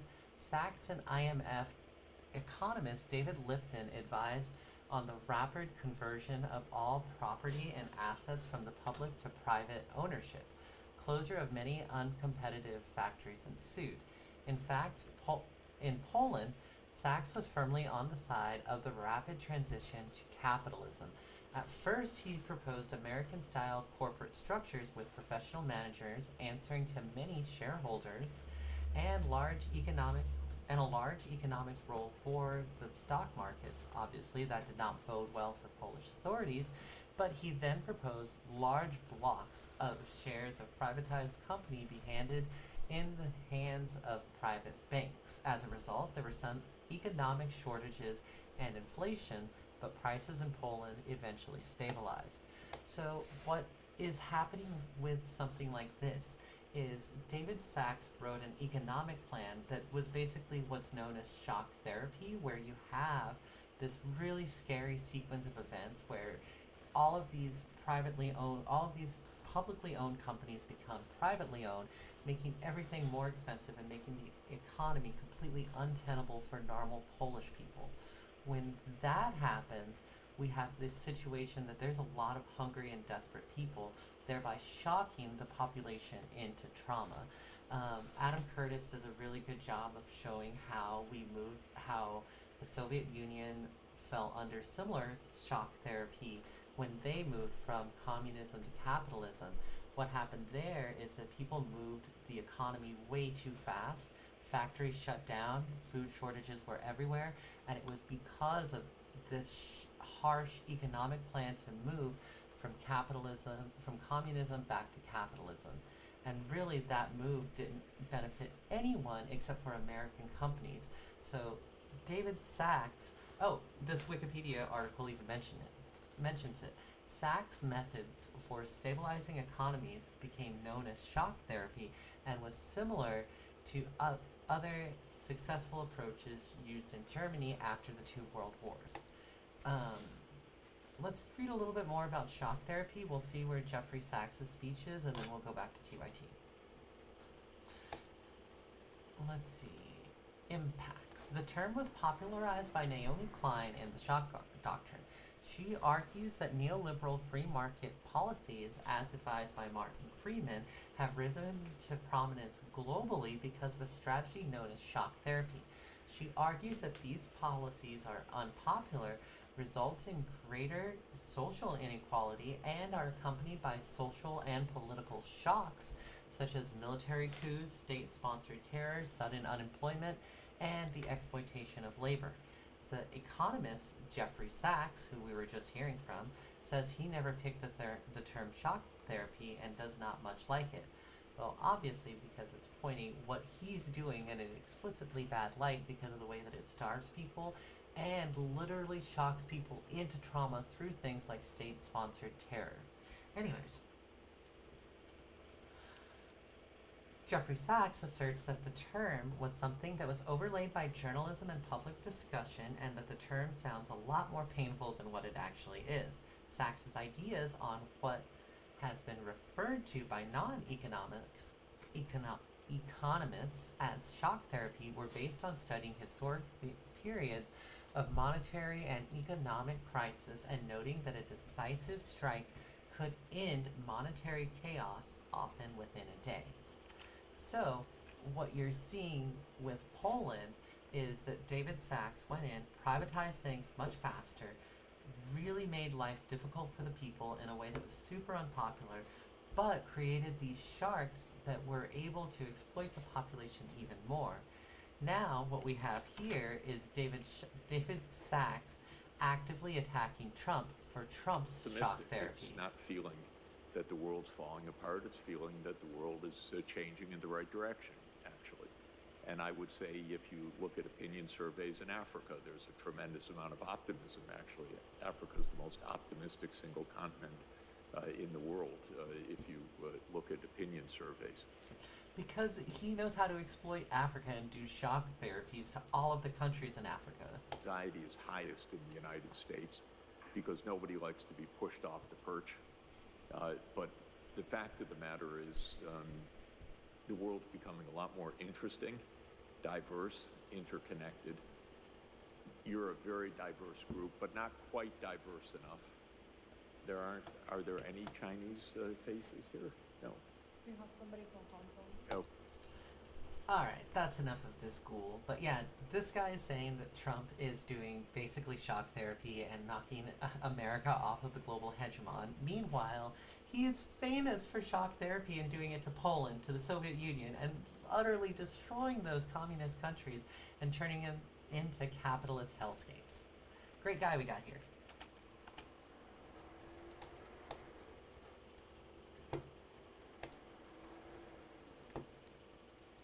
Crisis in the United States of America, and our focus will continue to be on driving down the high cost of living in this country. Donald Trump promised to lower costs on day one. Costs haven't gone down, they're going up. He's crashing the economy in real time. His tariffs are going to impose thousands of dollars in additional cost on everyday Americans per year. And he may even be driving us toward a recession. That's the reason why Donald Trump has become so unpopular. Okay, so look, I don't know if that was an example of robot Hakeem Jeffries just going back to the Trump bad talking points. But it's shock therapy, and they don't care if Trump is unpopular. They care about the economic impact that it has on people and the way that they can exploit an already vulnerable group of people.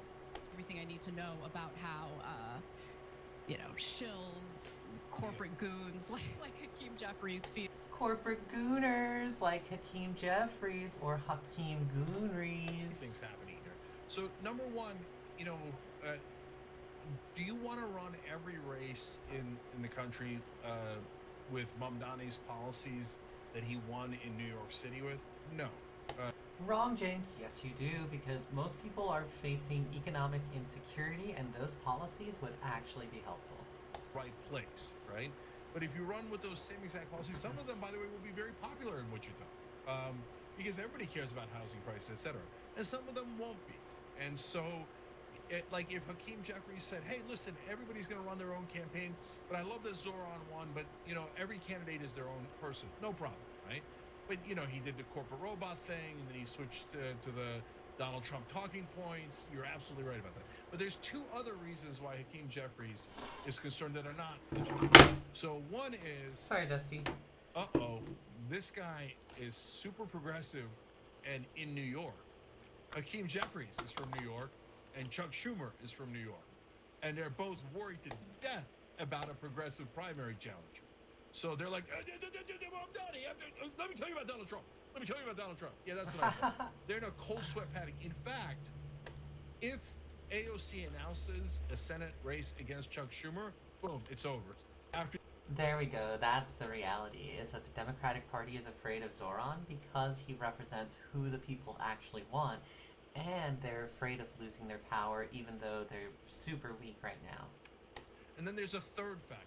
And the third factor is, remember, all these guys are loaded up with AIPAC money. So when they see Mamdani, they've already gotten marching orders. No, you are all Democratic leadership must be opposed to Mamdani. And they tried to stay out of that race, but we all know they were backing Cuomo, especially Schumer. So now that their guy lost, yeah, they're pretty somber about it. Yeah. A bunch of right-wingers are super Islamophobic and hateful toward him because he's the first Muslim. If he wins, he'd be the first Muslim mayor of New York City. We don't have time to get to all of them, but I'll read what Laura Loomer posted because she's a bigoted piece of trash.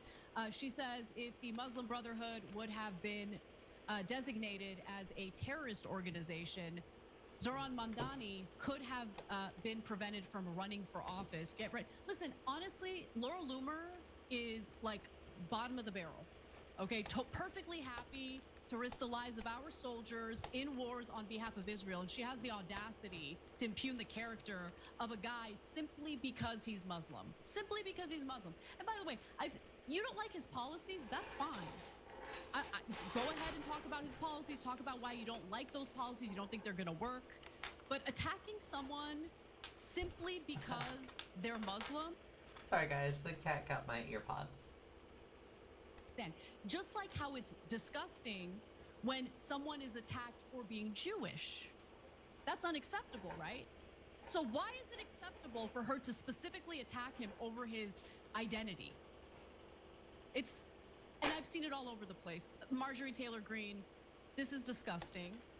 She shared an image of the Statue of Liberty, obviously wearing, what is that, a niqab?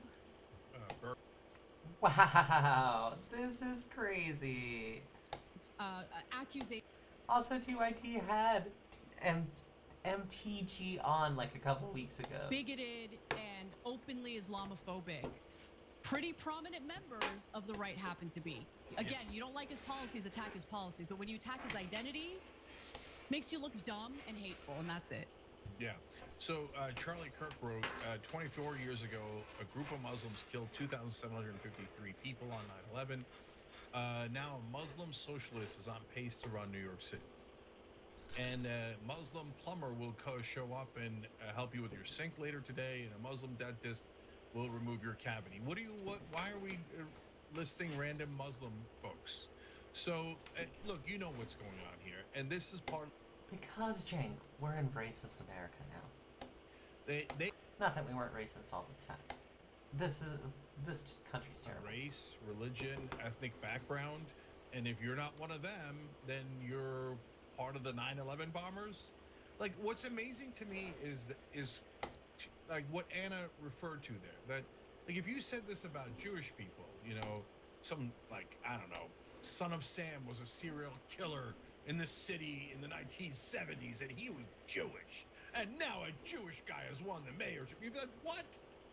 Okay, like, number one, enormously hateful, but number two, super random. Are you really that dumb that you think that every Jewish person acts the same? And that's basically what I asked Charlie Kirk in, on X. I'm like, do you really think that all Muslims are like the 9/11 bombers? Can anyone really be that ignorant? And then as you see the replies from some of the radical right, the answer is, yeah, a lot of people can be that incredibly ignorant. They really have it in their mind. And it got there partly through right-wing media and partly through mainstream media. And that's why I was so enraged about mainstream media just a couple of days ago, right, on this issue. They really, like, drilled it into people's heads that Muslims are terrorists and savage and violent, and that's all they are. And so now a lot of radical right believes that, and it's totally nuts. So, all right. Anyways, when he turns out to be a normal mayor, maybe they'll begin to see, oh, Muslims are humans too. Okay, welcome to planet Earth. Do we need to take another break? I can't. Oh, damn. God damn. Okay, let's take another break. We'll be back. With AI, almost anything is possible. But that goes for cybercriminals too. They can create threats so convincing, it's hard to tell.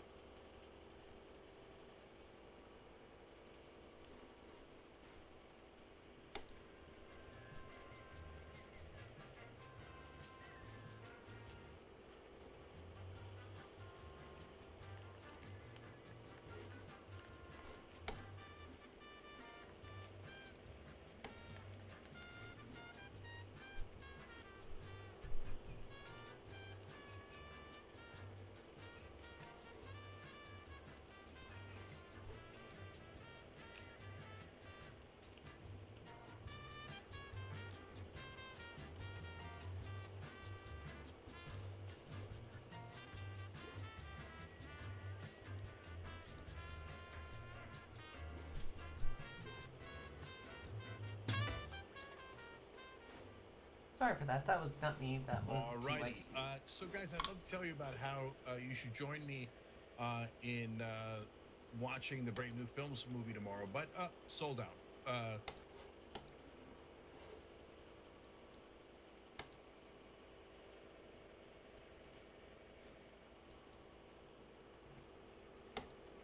The school's still going?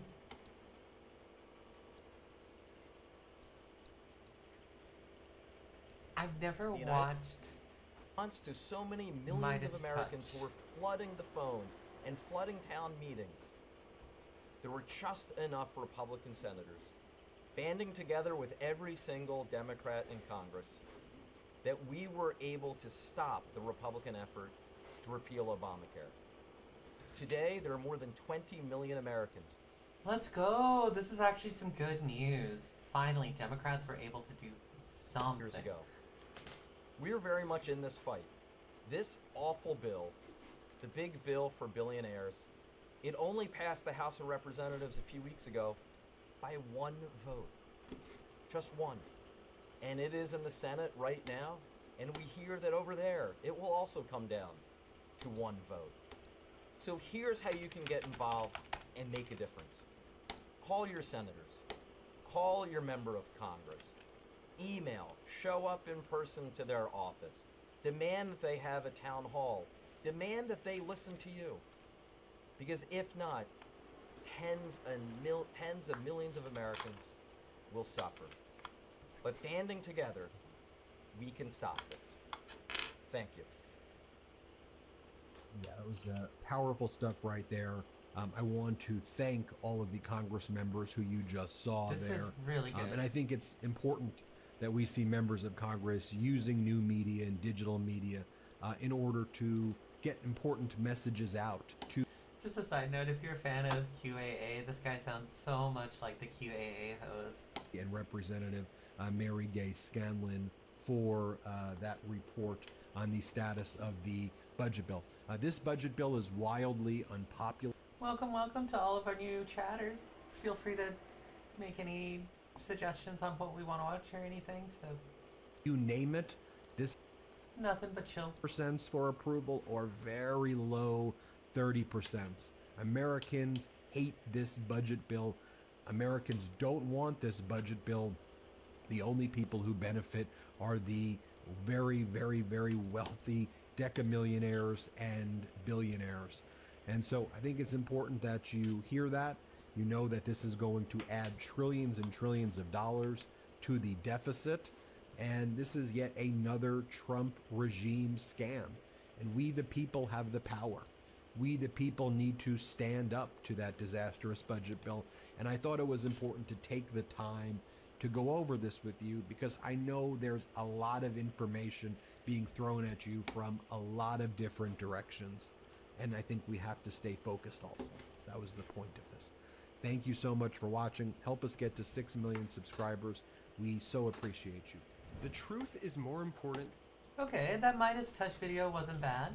I know that people are talking about Midas Touch being kind of like the Joe Rogan of the left because of their numbers, but let's just take a look while we're here. Like, it looks like they're doing pretty good. Like, let's see, they have a new live stream coming up soon. 15K on that last one we were watching. 17K, 147K. Yeah, it looks like they're doing pretty good. It's more hopium, but like, it is nice seeing some of these more left of center outlets making it big. They're still kind of lived up, but they're still better than like MSNBC for sure. Oops, wrong one. Here we go. And offer positions that outflank it from both the right and the left. It may seem like an audacious gambit, but a successful candidate has provided them a blueprint, Donald Trump. Now, Galen goes on to say that, to be clear, the blueprint I refer to is not the one Trump has used to violate democratic norms and destabilize American institutions, but rather the one for resetting how Americans view a party and its leaders. So he talks about how in 2016, Trump ran a campaign on very right-wing immigration policies, obviously, but also leaned left, or at least pretended to lean left, on some of these social safety net policies, and repeatedly called out unpopular Republican policies. politicians. I honestly, that was part of the reason why during the Republican primary in 2016, We all remember that moment. I bought you, I bought you, I bought you, and then, yeah. People love that, and like, really, everyone can see the problem with money in politics. The problem is that money in politics makes way too much money to get it out for now. But we gotta just fight for it. is the most important issue, while appealing to a broader electorate for whom the economy was the most important issue. The message was clear. No matter where you stood on the political spectrum, if you had a grievance with the status quo GOP, Trump was your guy. And so, Jake, what are your thoughts about this strategy? I think it's obvious. People are saying, "Oh, that's bold. That's what a crazy strategy." Why is it crazy? Trump just used it to win, and just break it down one more level. He's basically saying Democrats should go with their most popular policies, and not their least popular policies. Wow, how revolutionary! Of course. Well, that's what Trump did. But they'll never do that. They're gonna just say that, oh, these policies are really popular, but they're not popular enough, so we have to find some kind of means-tested way of figuring out what people want. And that support it, like on immigration, and then I'll dump all the unpopular policies the Republicans have and blame them for it because they're unpopular because of the.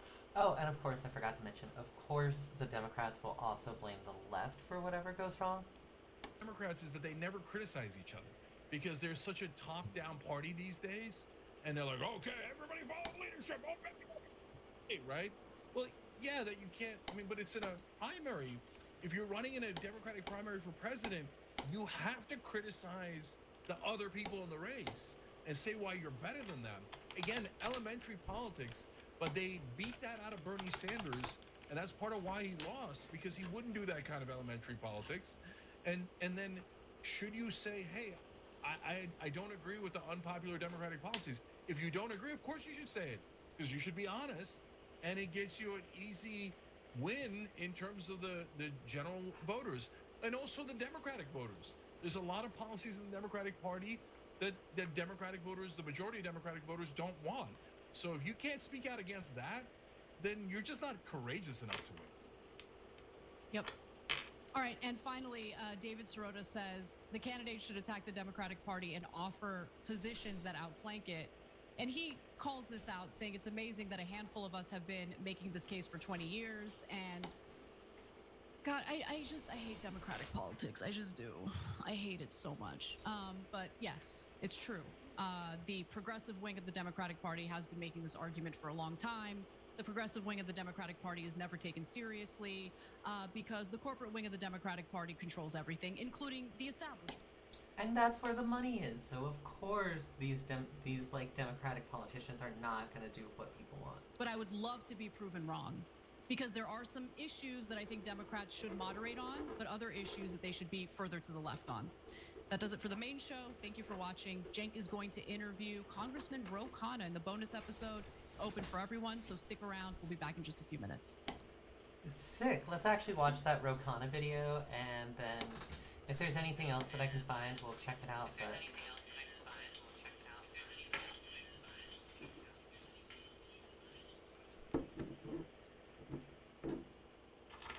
But if there's anything else I can find, we'll probably do that, and then move on.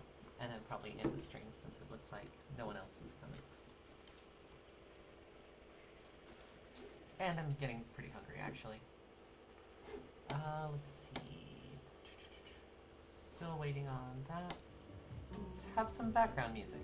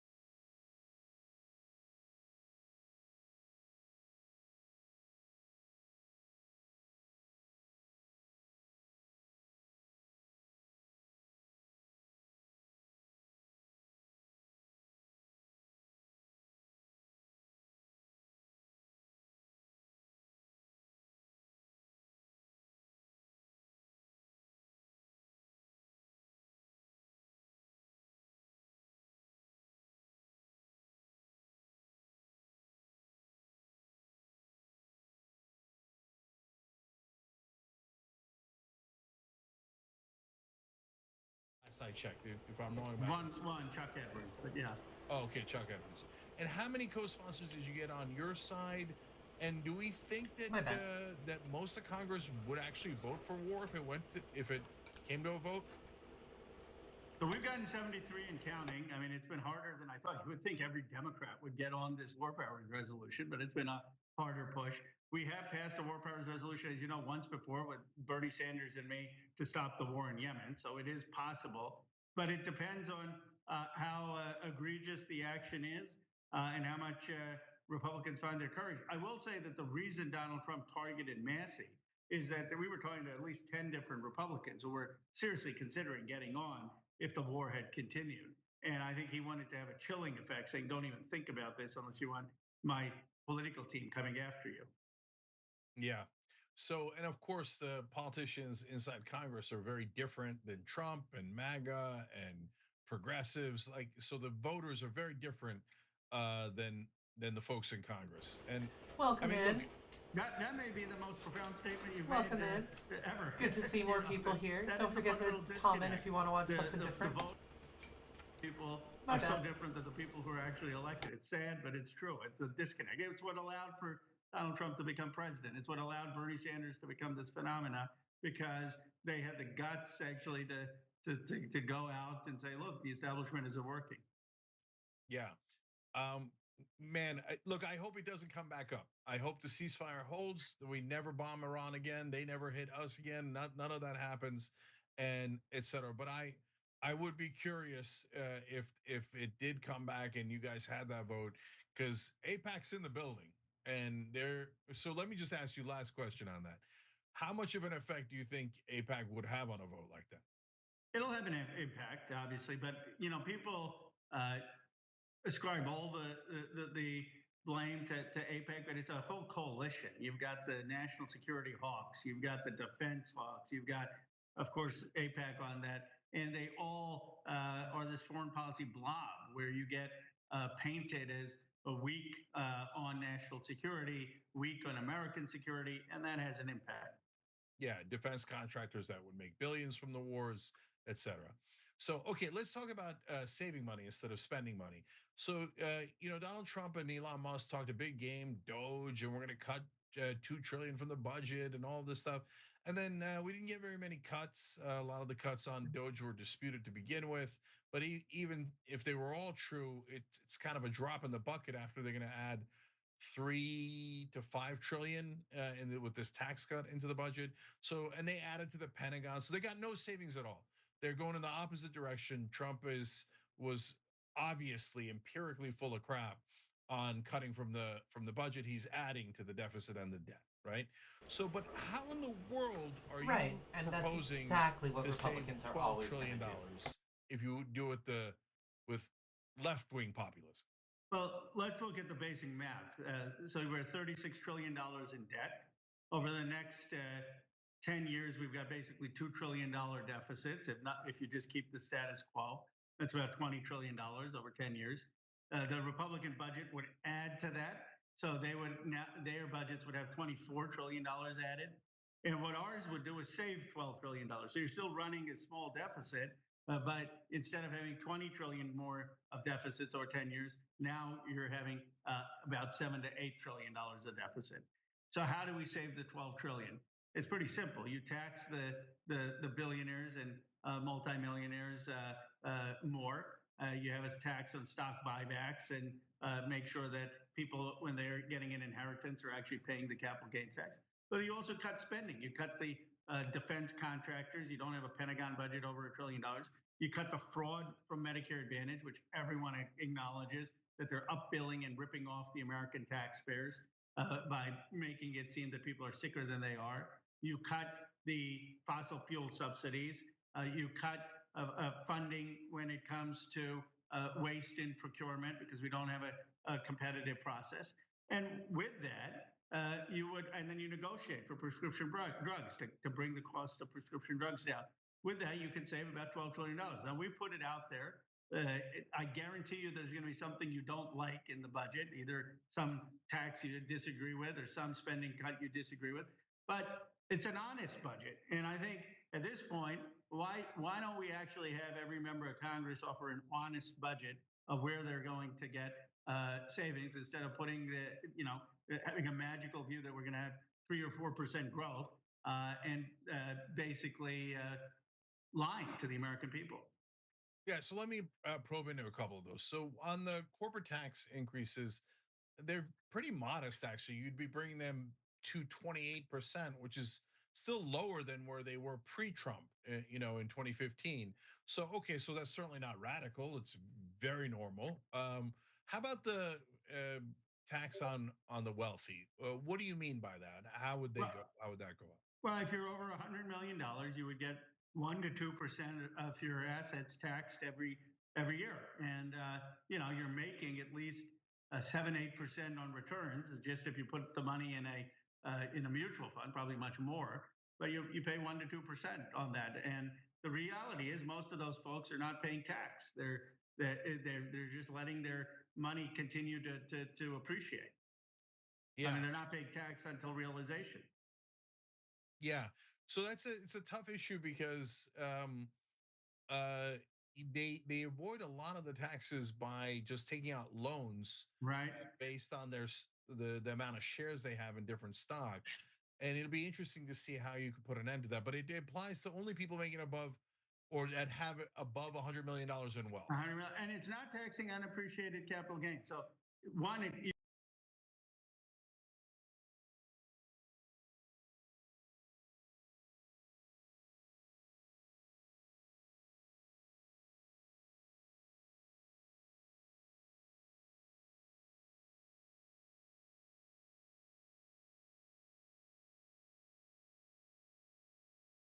this is not saying that unrealized gains are being.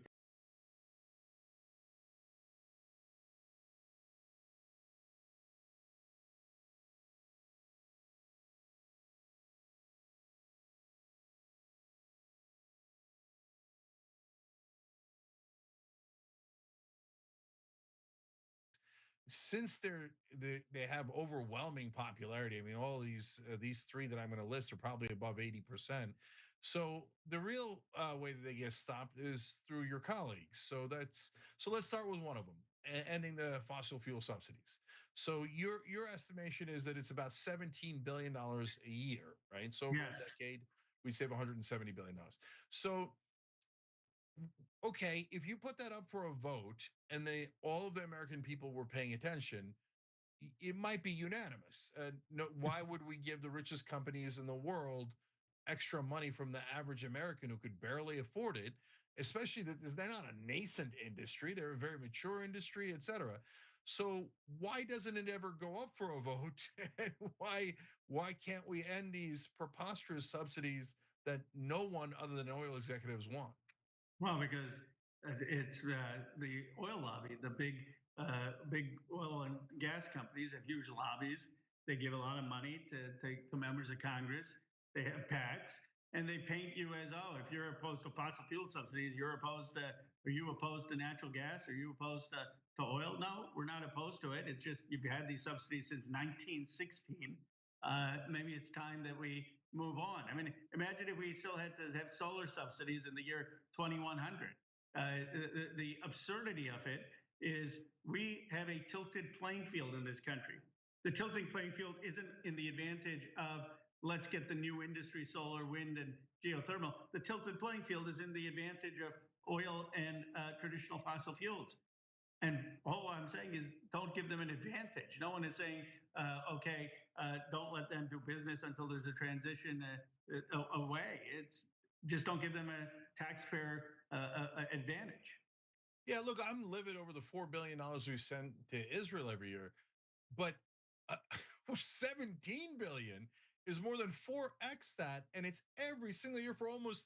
Now, I mean, like it wasn't 17 billion back in the day, but these subsidies have been going on, as you point out, for over 100 years. So it's just criminal. But Ro, to ask you a tough question here, when the Democrats are in charge, we don't vote on these either. So isn't it true that some of your Democratic colleagues also take fossil fuel money, and that's why we never get a vote on? It's just getting a little uncomfortable. Well, I pushed very hard as the chair of the Environment Committee to get a vote on this. I pushed to get it in. the Inflation Reduction Act. I pushed to get it in, the American Rescue Plan. I kept getting shut down. And the reason is some of it is oil and gas money. Some of it is a perception that Democrats don't want to get painted as anti-oil and gas. But I don't think even someone working in the oil and gas industry will object if you say, I don't want to subsidize your industries, which is going not to. Because Democrats are happy to be pro-oil and gas. Subsidy for tech companies, even though I represent Silicon Valley, I'd say that's crazy. You don't need to subsidize the corporations and the executives. So I just think we have to have more a principle in being willing to stand up for what's right. So I want to understand how these lobbies actually get things done. Because another one of your proposals is Medicare Advantage. For those who don't know, it's set up in the wrong way, so it's incentivized this giant scam. And some of you might be familiar with it because you get a call saying, "Oh, we're your insurance company and we'd like to send a nurse over," right? And so, oh, what a wonderful thing, right? No, the nurse is going to pretend that you have a lot of ailments that you don't have and charge the American government, and totally and utterly wrong. Classic insurance fraud. Like, this is really how the insurance companies survive, is doing fraud like this. And this bill, the Medicare Advantage bill, does it to people who are old and specifically may not understand what's happening.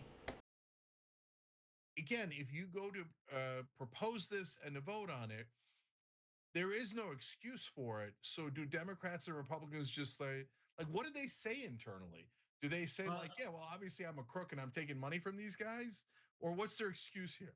Well, the dirty secret in Washington is it's not how people vote, it's what comes up for a vote. So the way the lobbyists work is they don't allow it to come for a vote. They'll make sure that it's not part of these big bills. They'll make sure that it doesn't advance through committee. And you can't blame someone. It just becomes amorphous. Well, the leadership didn't want it. Well, who's the leadership? Well, is it a committee chair? Is it the speaker? Is it the House Majority Leader? Is it some caucus? It just wasn't included. We didn't have the votes, so we aren't going to include it. So this way, no single individual has to take blame. No one ends up going on the record, and no change is made. And 90% of things where American people are like, why can't we get that done? The reason we can't get it done is because it doesn't come up for a vote. It's not even that people are voting against it. It's just that they don't want it to come up for a vote. So, Ro, I have a theory, and I want to bounce it over you here because I think that a lot of this stuff gets solved if you just find a way, and this is not an easy thing to do, but if you find a way to put a national spotlight on it. And so, look, if we had a progressive president, then it gets infinitely easier because they could just use the bully pulpit and go one by one on these issues. But whenever Trump wants to put a spotlight on something, he puts a massive, massive spotlight on it. If you put a spotlight on any one of these subsidies and scams and actual waste, fraud, and abuse, the American people would hate it, and then they. So is it possible that kind of public pressure and just being able to highlight it so that there's a national conversation around it could actually make a difference in getting it passed? I think it's incredibly important. 50% of the game. It's something we didn't do enough of in the last presidency with Biden. But I think it's 60% because Trump lacks something that is also needed, which is follow through. So Trump did put a huge bully pulpit on Big Pharma ripping off Americans, and they're charging Americans more than any other country. He said, no, that's got to stop. You can't charge Americans more for your drugs than you are in other industrialized countries. I get if you want to charge people in Africa less, but not people in Japan less. I introduced that executive order as legislation in Congress, and we had a couple of Republicans co-sponsor it, and since then it's just languished. Now, what it would require is not just the president signing that executive order, it would require Trump on Truth Social every other day saying, I want that legislation to pass. I want the spotlight not just to be there, but I want to translate that spotlight into legislation. And that's where you have these great presidents like Lyndon Johnson, who don't just highlight it, but then work every legislator to actually get their things done. Biden had some of the skill of getting legislation through. He didn't have the spotlight. Trump had some of the skill of spotlight, but he doesn't care a lot about the details of the legislation. And so that languishes as well. Well, and of course, I don't know that Biden actually had the skill that Ro Khanna is talking about here. to get the credit for the marketing, like, I'm going to lower drug prices, right? And you're like, okay, well, Roe turned it into a bill with a couple of Republicans. Why don't you back that? No, he's busy backing the giant tax cut for the rich.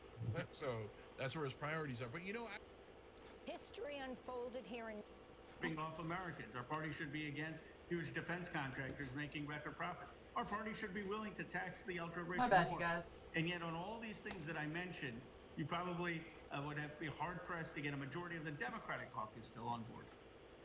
Yeah. So, first of all, I didn't realize they called it Conacare.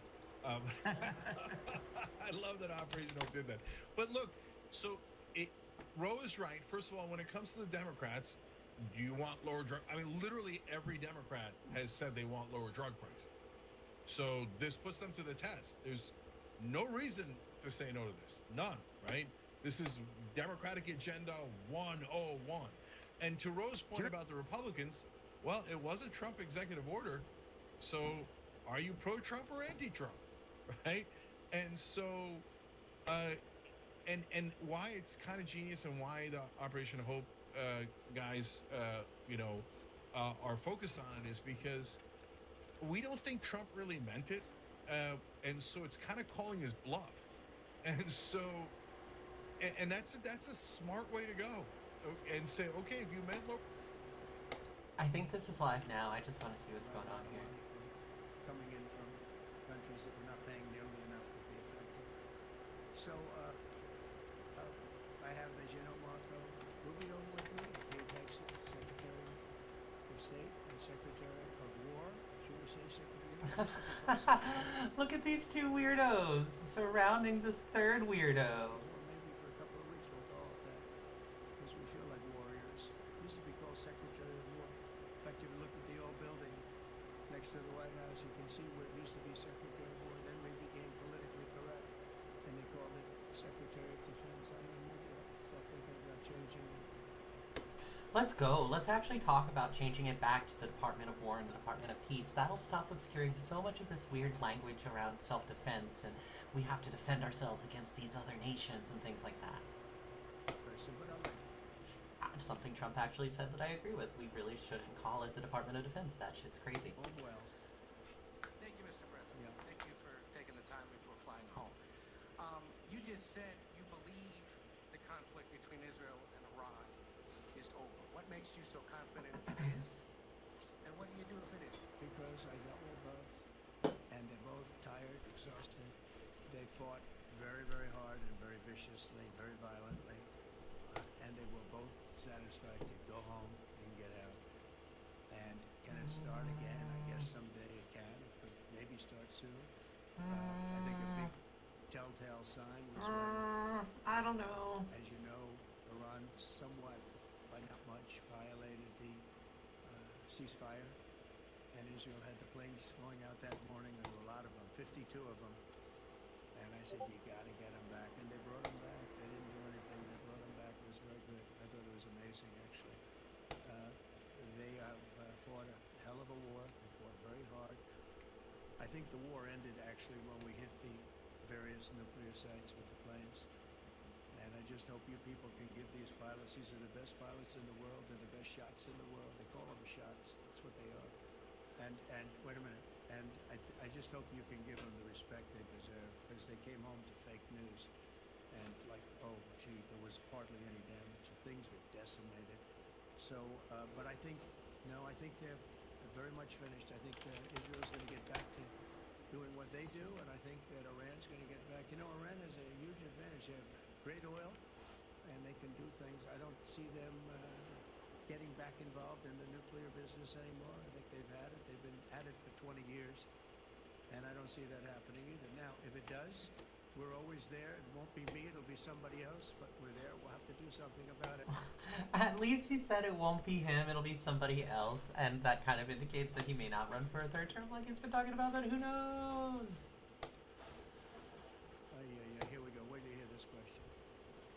You should really say how great our soldiers and our warriors are. I think everyone appreciates our soldiers and our warriors. I do have two questions for you, Mr. President. You just cited Israeli intelligence on these attacks. Earlier, you said U.S. intelligence was inconclusive.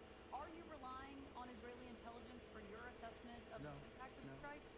this is also Iran made the statement, and it's also, if you read the document that was given, that Pete can talk about if you'd like, the document said it could be very severe damage, but they didn't take that. They said it could. Primary, and Chuck Schumer stays in the race, you think AOC wins? I think she wins. I think she wins decisively, and I think she gets support to do that. And my sense is, look, if we don't win back the Senate, I would not be surprised if you have other people say, look, I'm going to be leader of the Democratic Party in the Senate. And frankly, it would be shocking to me if others didn't step up to do that. I mean, part of the problem, I think, has been that the old guard has held on too long. But the one thing that Biden says, which is somewhat true, he's like, well, why did they run against me, right? I mean, it takes two things. It's like, okay, you want to step aside? Yes. But then you also need the other generation to say, yeah, I'm willing to run. And I would be shocked if someone doesn't step up and say, you know what, we can do better for Senate Minority Leader after 2026. Yeah, makes sense. All right, Representative Ro-Khanna, thank you for joining us. We appreciate it. Always Thank you, has Jack. novel ideas. All right? And look, our motto is get caught trying, and you're one person in Congress that does that seemingly every day. So we appreciate it. Appreciate your ideas. All right. All right, guys. Operation Hope is next for some of you guys. Check it out on tyt.com/hope, and we'll see you tomorrow. All right, not bad. That was a pretty good end to that stream. I'm glad that we checked out that Ro-Khanna interview. Let's see. I'm just going to put on some beats while I close out.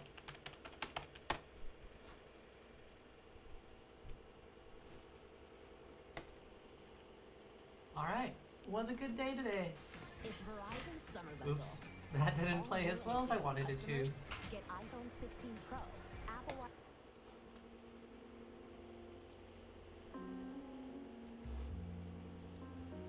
All right. Good evening. It's a good stream today. Had a good amount of viewers, more than usual. Got up to 5 concurrent, got up to more than that actually. It's good seeing everybody. Now that we've kind of made it through that, I just want to check this press conference one more time. I think on Friday we have coming in. Trump has what coming? Coming in, and Rwanda is coming in. That was a vicious war that went on, a machete war. Heads chopped off all over Africa. They're coming in. What is this? Two others in addition to that. Nobody's ever done anything like this. No, I consider him a person that's, I think, been misguided. I'm very surprised, actually. I thought we would have had that settled easy. I've settled 4 of them in the meantime. But he did call up and he said, you know, he's close to Iran. He'd like to help us get a settlement. I said, no, you help me get a settlement with you, with Russia. And I think we're going to be doing that too. Yeah, please. Go ahead, please. Thank you, Mr. President. You made clear your position on what impact the strikes had. I wanted to ask you what is next with Iran. For instance, is there any indication from U.S. intelligence that Iran was able to move any material? No, just the opposite. We think we hit them so hard and so fast they didn't get to move. And if you knew about that material, it's very hard and very dangerous to move. It's called many people, they call it dust, but it's very, very heavy. It's very, very hard to move. And they were way down, you know, they're 30 stories down. They're literally 30, 35 stories down underground. Oh yeah, we think it's covered with granite, concrete, and steel. Are you interested in restarting negotiations with Iran? And if so, have they So our people, Marco could answer, but our people are not, I'm not. The way I look at it, they fought, the war's done, and, you know, I could get a statement that they're not going to go nuclear. We're probably going to ask for that, but they're not going to be doing it. But they're not going to be doing it anyway. They've had it. They've had it. Now, maybe someday in the future we'll want that.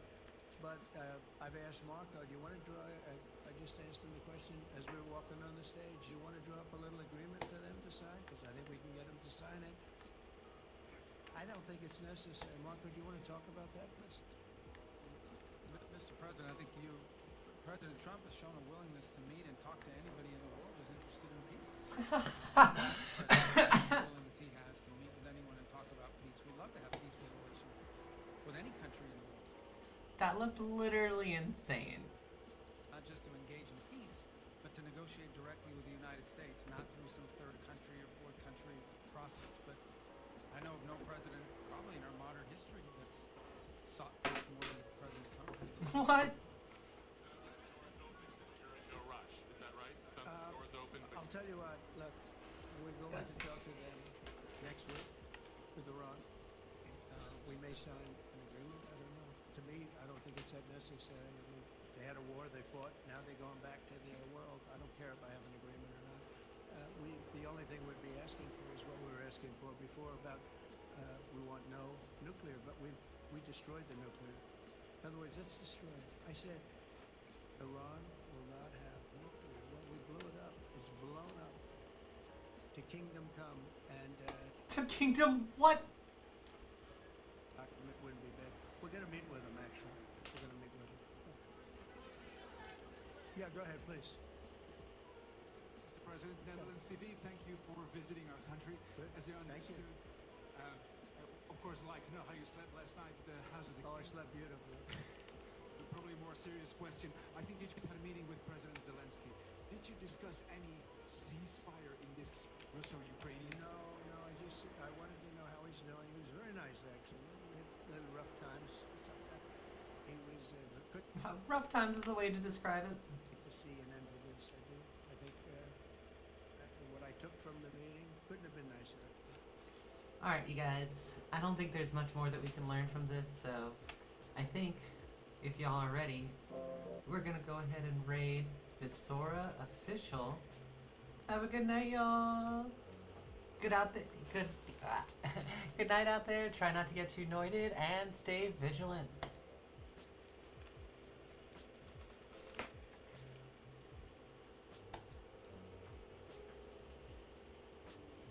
Oh, I can't read that one. Let's find another one to raid. Let's try... I don't want to do a big one. Rathbone's too big.